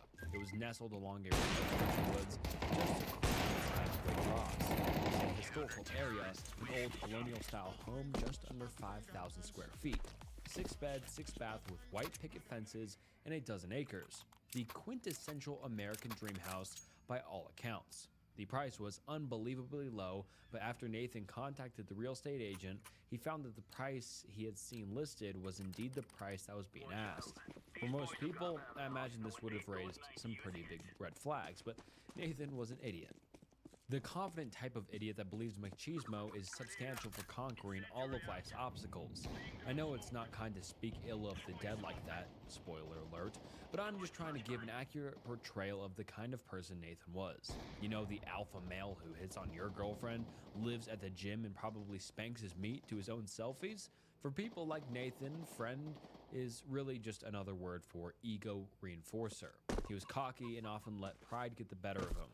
His wife Janelle was actually my ex-girlfriend from a while back, but bit of a skank, but practically a supermodel. They had 2 kids, Natalie and Mason, who were both spoiled brats. Again, I'm just trying to give an honest perspective of them in hopes that we may all learn something from what happened. You see, what happened to Nathan, which I'll get into later, was something which I believed could have been easily avoided if only he had followed a few simple instructions. After the funeral, I got to pondering on the matter and realized that what we all really need is a set of rules to follow if you believe your house is haunted. Let's begin. Rule number 1. When looking to purchase or rent a house, always ask for the history. Odds are if the house is being offered at way below market value, then there's a very good reason for it being that way. Nathan didn't do this and thought that the under market price was simply the universe handing him something he didn't really earn, as it often seemed to do. Nathan jumped at the offer, and within a few weeks, he and his family were approved to begin moving in. I volunteered to help him move in, and I'll be honest, the house was absolutely gorgeous. Things were great for him then at first, but Nathan soon started noticing some odd occurrences. It started with this knocking sound that seemed to reverberate all over the house at odd hours. He said he could never seem to pinpoint where it was coming from, and it never seemed to originate from the same place twice. Eventually, he just chalked it up to the house settling, but that was just the beginning. Rule number 2, trust your gut. Your home is the last place you should feel uncomfortable. If you get that inkling of discomfort in the back of your mind that never seems to fully dissipate, pay attention to it. It's probably your subconscious trying to warn you. Nathan tried ignoring these sounds, told his wife that it was just normal, or the wind, and comforted his children when they felt scared. He had 2 dogs, Rusty and Sailor, both of them black labs, and both seemed to become very anxious after moving in. Nathan did his best to get medication to help the dogs relax, but it didn't seem to do that much. This brings us to rule number 3.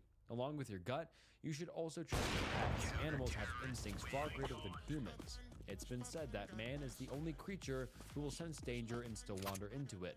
Animals have a sense for the supernatural, dogs and cats in particular. If you find them growling at what appears to be nothing or constantly staring into specific areas of the house, then pay attention to that. Odds are they can see something you can't. Nathan told me that Rusty, the older of the 2 dogs, would pace the hall each night for hours.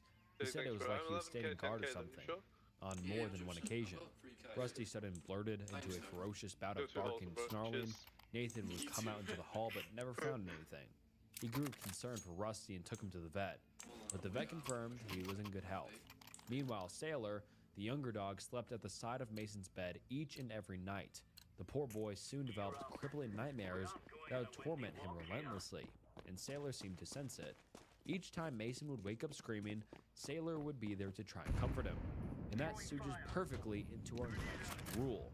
Rule number 4, beware the nightmares. Young children are similar to animals in the way that they seem more perceptive to things that adults are not.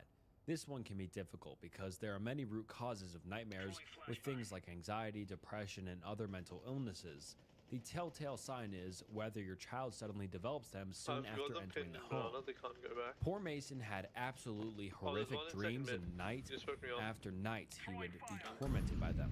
He often spoke of the blurry man that came to him while he slept and whispered terrible things. He even said that sometimes he would see the blurry man while he was awake, but never more than a glimpse, and always in the shadows or outside in the woods. Nathan and his wife worried that perhaps Mason was schizophrenic, but multiple doctors confirmed this was not the case. They tried giving Mason sleeping pills, various supplements, and burned incense to help him sleep more peacefully. It worked for a while, until Natalie started having them too. Rule number 5. Try to determine what kind of spirit you're dealing with.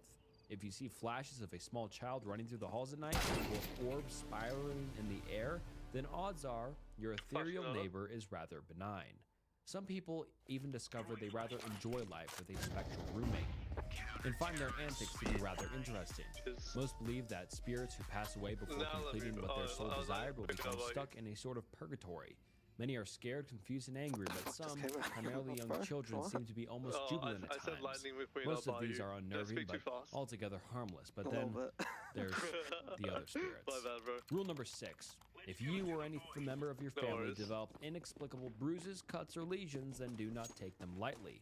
This should be a massive red flag and is a very bad sign. If you feel as though you are being attacked at your sleep and wake up with unexplained scratches or wounds, that just get the hell out of the house. Honestly, a malevolent spirit capable of inflicting physical wounds is not something to be trifled with. Odds are it's a demon, and honestly, that is the best case scenario. There are other non-Abrahamic related entities that could be responsible as well. They are very rare, but if encountered, well, I'm afraid even my handy set of rules won't be enough to stop them. Natalie and Mason suffered multiple scratch marks, wounds, and even a few bruises that almost looked like bite marks. Nathan's wife, Janelle, was also subjected to these attacks. They began to notice and became quite worried for their safety. Obviously, their first thought was not paranormal, but rather that the children were being abused at home. Only when social services threatened to remove the children from his custody did Nathan finally agree to move them out of the house. Janelle and the kids moved in with her mother a couple hours away, and Nathan was left all alone with the dogs. Rule number 7. Let people know what is going on. Yes, I know the thought of admitting to a close friend that you believe your house is haunted may be a daunting one, but it's usually better than the alternatives. The modern world rarely takes these claims seriously. We put ghosts in movies and video games, but when someone actually claims to see one, we aren't so quick to believe them. Technology and science have led us to believe we are safe. That is our folly, but it's also a topic for a different day. This is yet another rule that Nathan did not abide. The worse that things got for him and his family, the more secluded he became. On numerous occasions, he phoned the police saying that he believed someone had broken in, but they never found evidence of it. Eventually, they even put him on a blacklist and warned that any further contact would result in legal trouble. Rather than tell his parents or bother or any of his friends what was going on, he retreated into himself. He became fidgety and paranoid, at times refusing to return phone calls and texts from his loved ones. He just broke contact, and things only got worse. Rule 8 and 9 sort of belong in the same category, although one is a little more extreme than the other. Rule number 8, if you suspect something's up, it doesn't hurt to perform a cleansing. Like I said earlier, the modern world has little time to entertain the notion of ghosts and the supernatural, but that shouldn't ward you off. If you're unsure about whether your home is being haunted or not, then a routine cleansing can do wonders for you. I'm willing to bet there are mediums and priests in your town that can get the job done.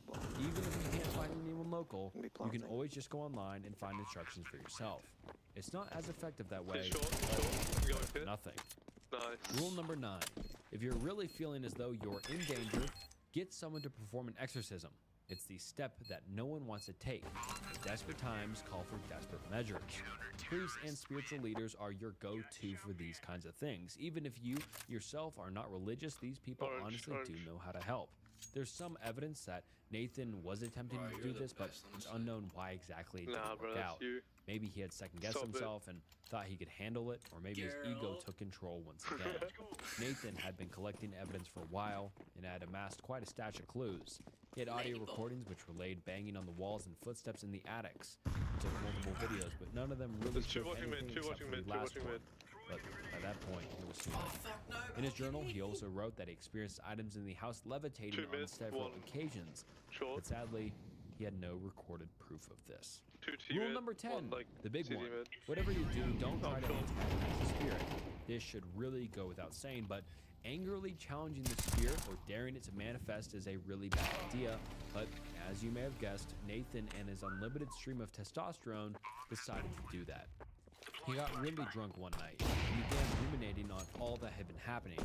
Nathan was always a skeptic, but even he couldn't ignore the psychological impact on his family, whether it was imagined or not.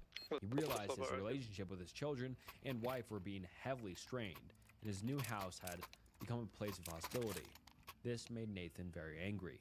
So Nathan stood up and shouted at his empty house for the spirit to come forth and face him. He was met only with silence, and so he shouted again. Never once did the spirits answer his calls. After a few more verbose challenges, he broke into a bout of laughter, probably believing himself to look ridiculous. Apparently, not everyone who was watching felt the same, though. Nathan managed to stumble into bed not long after and was out cold within a couple minutes. Nathan had kept a security camera in his room in hopes of capturing proof, and that night, he found something. At around 2:13 a.m., Nathan is seen beginning to stir in his sleep in the security video. He grunts and speaks briefly, but the words were unintelligible. Suddenly, his eyes sprung wide open in the bed and began glancing around the room. Nathan appeared to be struggling, but his body didn't move. It is believed that he was suffering an episode of sleep paralysis, which left him temporarily paralyzed. His eyes continued to dart rapidly around the room, then something happened that no one who saw the video could explain. The bedroom door slowly rolled open, but the darkness of the hallway was all-consuming. Nathan's chest began frantically pumping up and down, and his eyes stretched wide open. Something was then seen moving in the hall. It could have been chalked up to a trick of the light at first, but then a hand was seen reaching through. It was gnarled and spindly, like the wretched malformed appendage from the abyssal Denzian. The figure slowly sauntered through the doorway, all dark silhouette, nearly grazing the top of the door frame. It had no definite features, appearing only as a hooded humanoid individual, no eyes or face, just a shadow corpulentalized from Nathan's deepest nightmares. Poor Nathan was heard mumbling and whimpering frantically, but in his paralyzed state, he was unable to fight back or flee. He could do nothing but watch in absolute horror as the thing approached him. It stopped at the foot of his bed and just stared at him for about a minute. Nathan continued to hyperventilate and didn't appear blinking once during the whole ordeal. The thing then finally moved closer, but then leaned down only a couple inches away from his face and appeared to whisper something. It was too quiet for the mic to look up, but needless to say, it did not make Nathan feel any better about the situation. Suddenly, the thing lashed out with its twisted hands, constricting like pythons around Nathan's throat. In his paralyzed state, he couldn't even struggle against the shrouded attacker. Within a minute, Nathan's chest stopped moving and his eyes fell still. The entity retracted its hands and just stared at him for about a minute. Then, as if taunting those who would see the footage, it looked directly into the camera. It whispered something again, but again it was too quiet to discern what it was. And as quickly as it appeared, it waltzed out of the room and vanished back into the darkness. Nathan was found by his wife Janelle a few days later, and she called the police. After an autopsy, Nathan was determined to have died via strangulation, much as what was shown in the video. Cops scoured the premises and found footprints from the intruder. However, the footprints were soon matched to a pair of Nathan's own boots. The police, of course, were not so quick to believe that Nathan was simply killed by supernatural forces.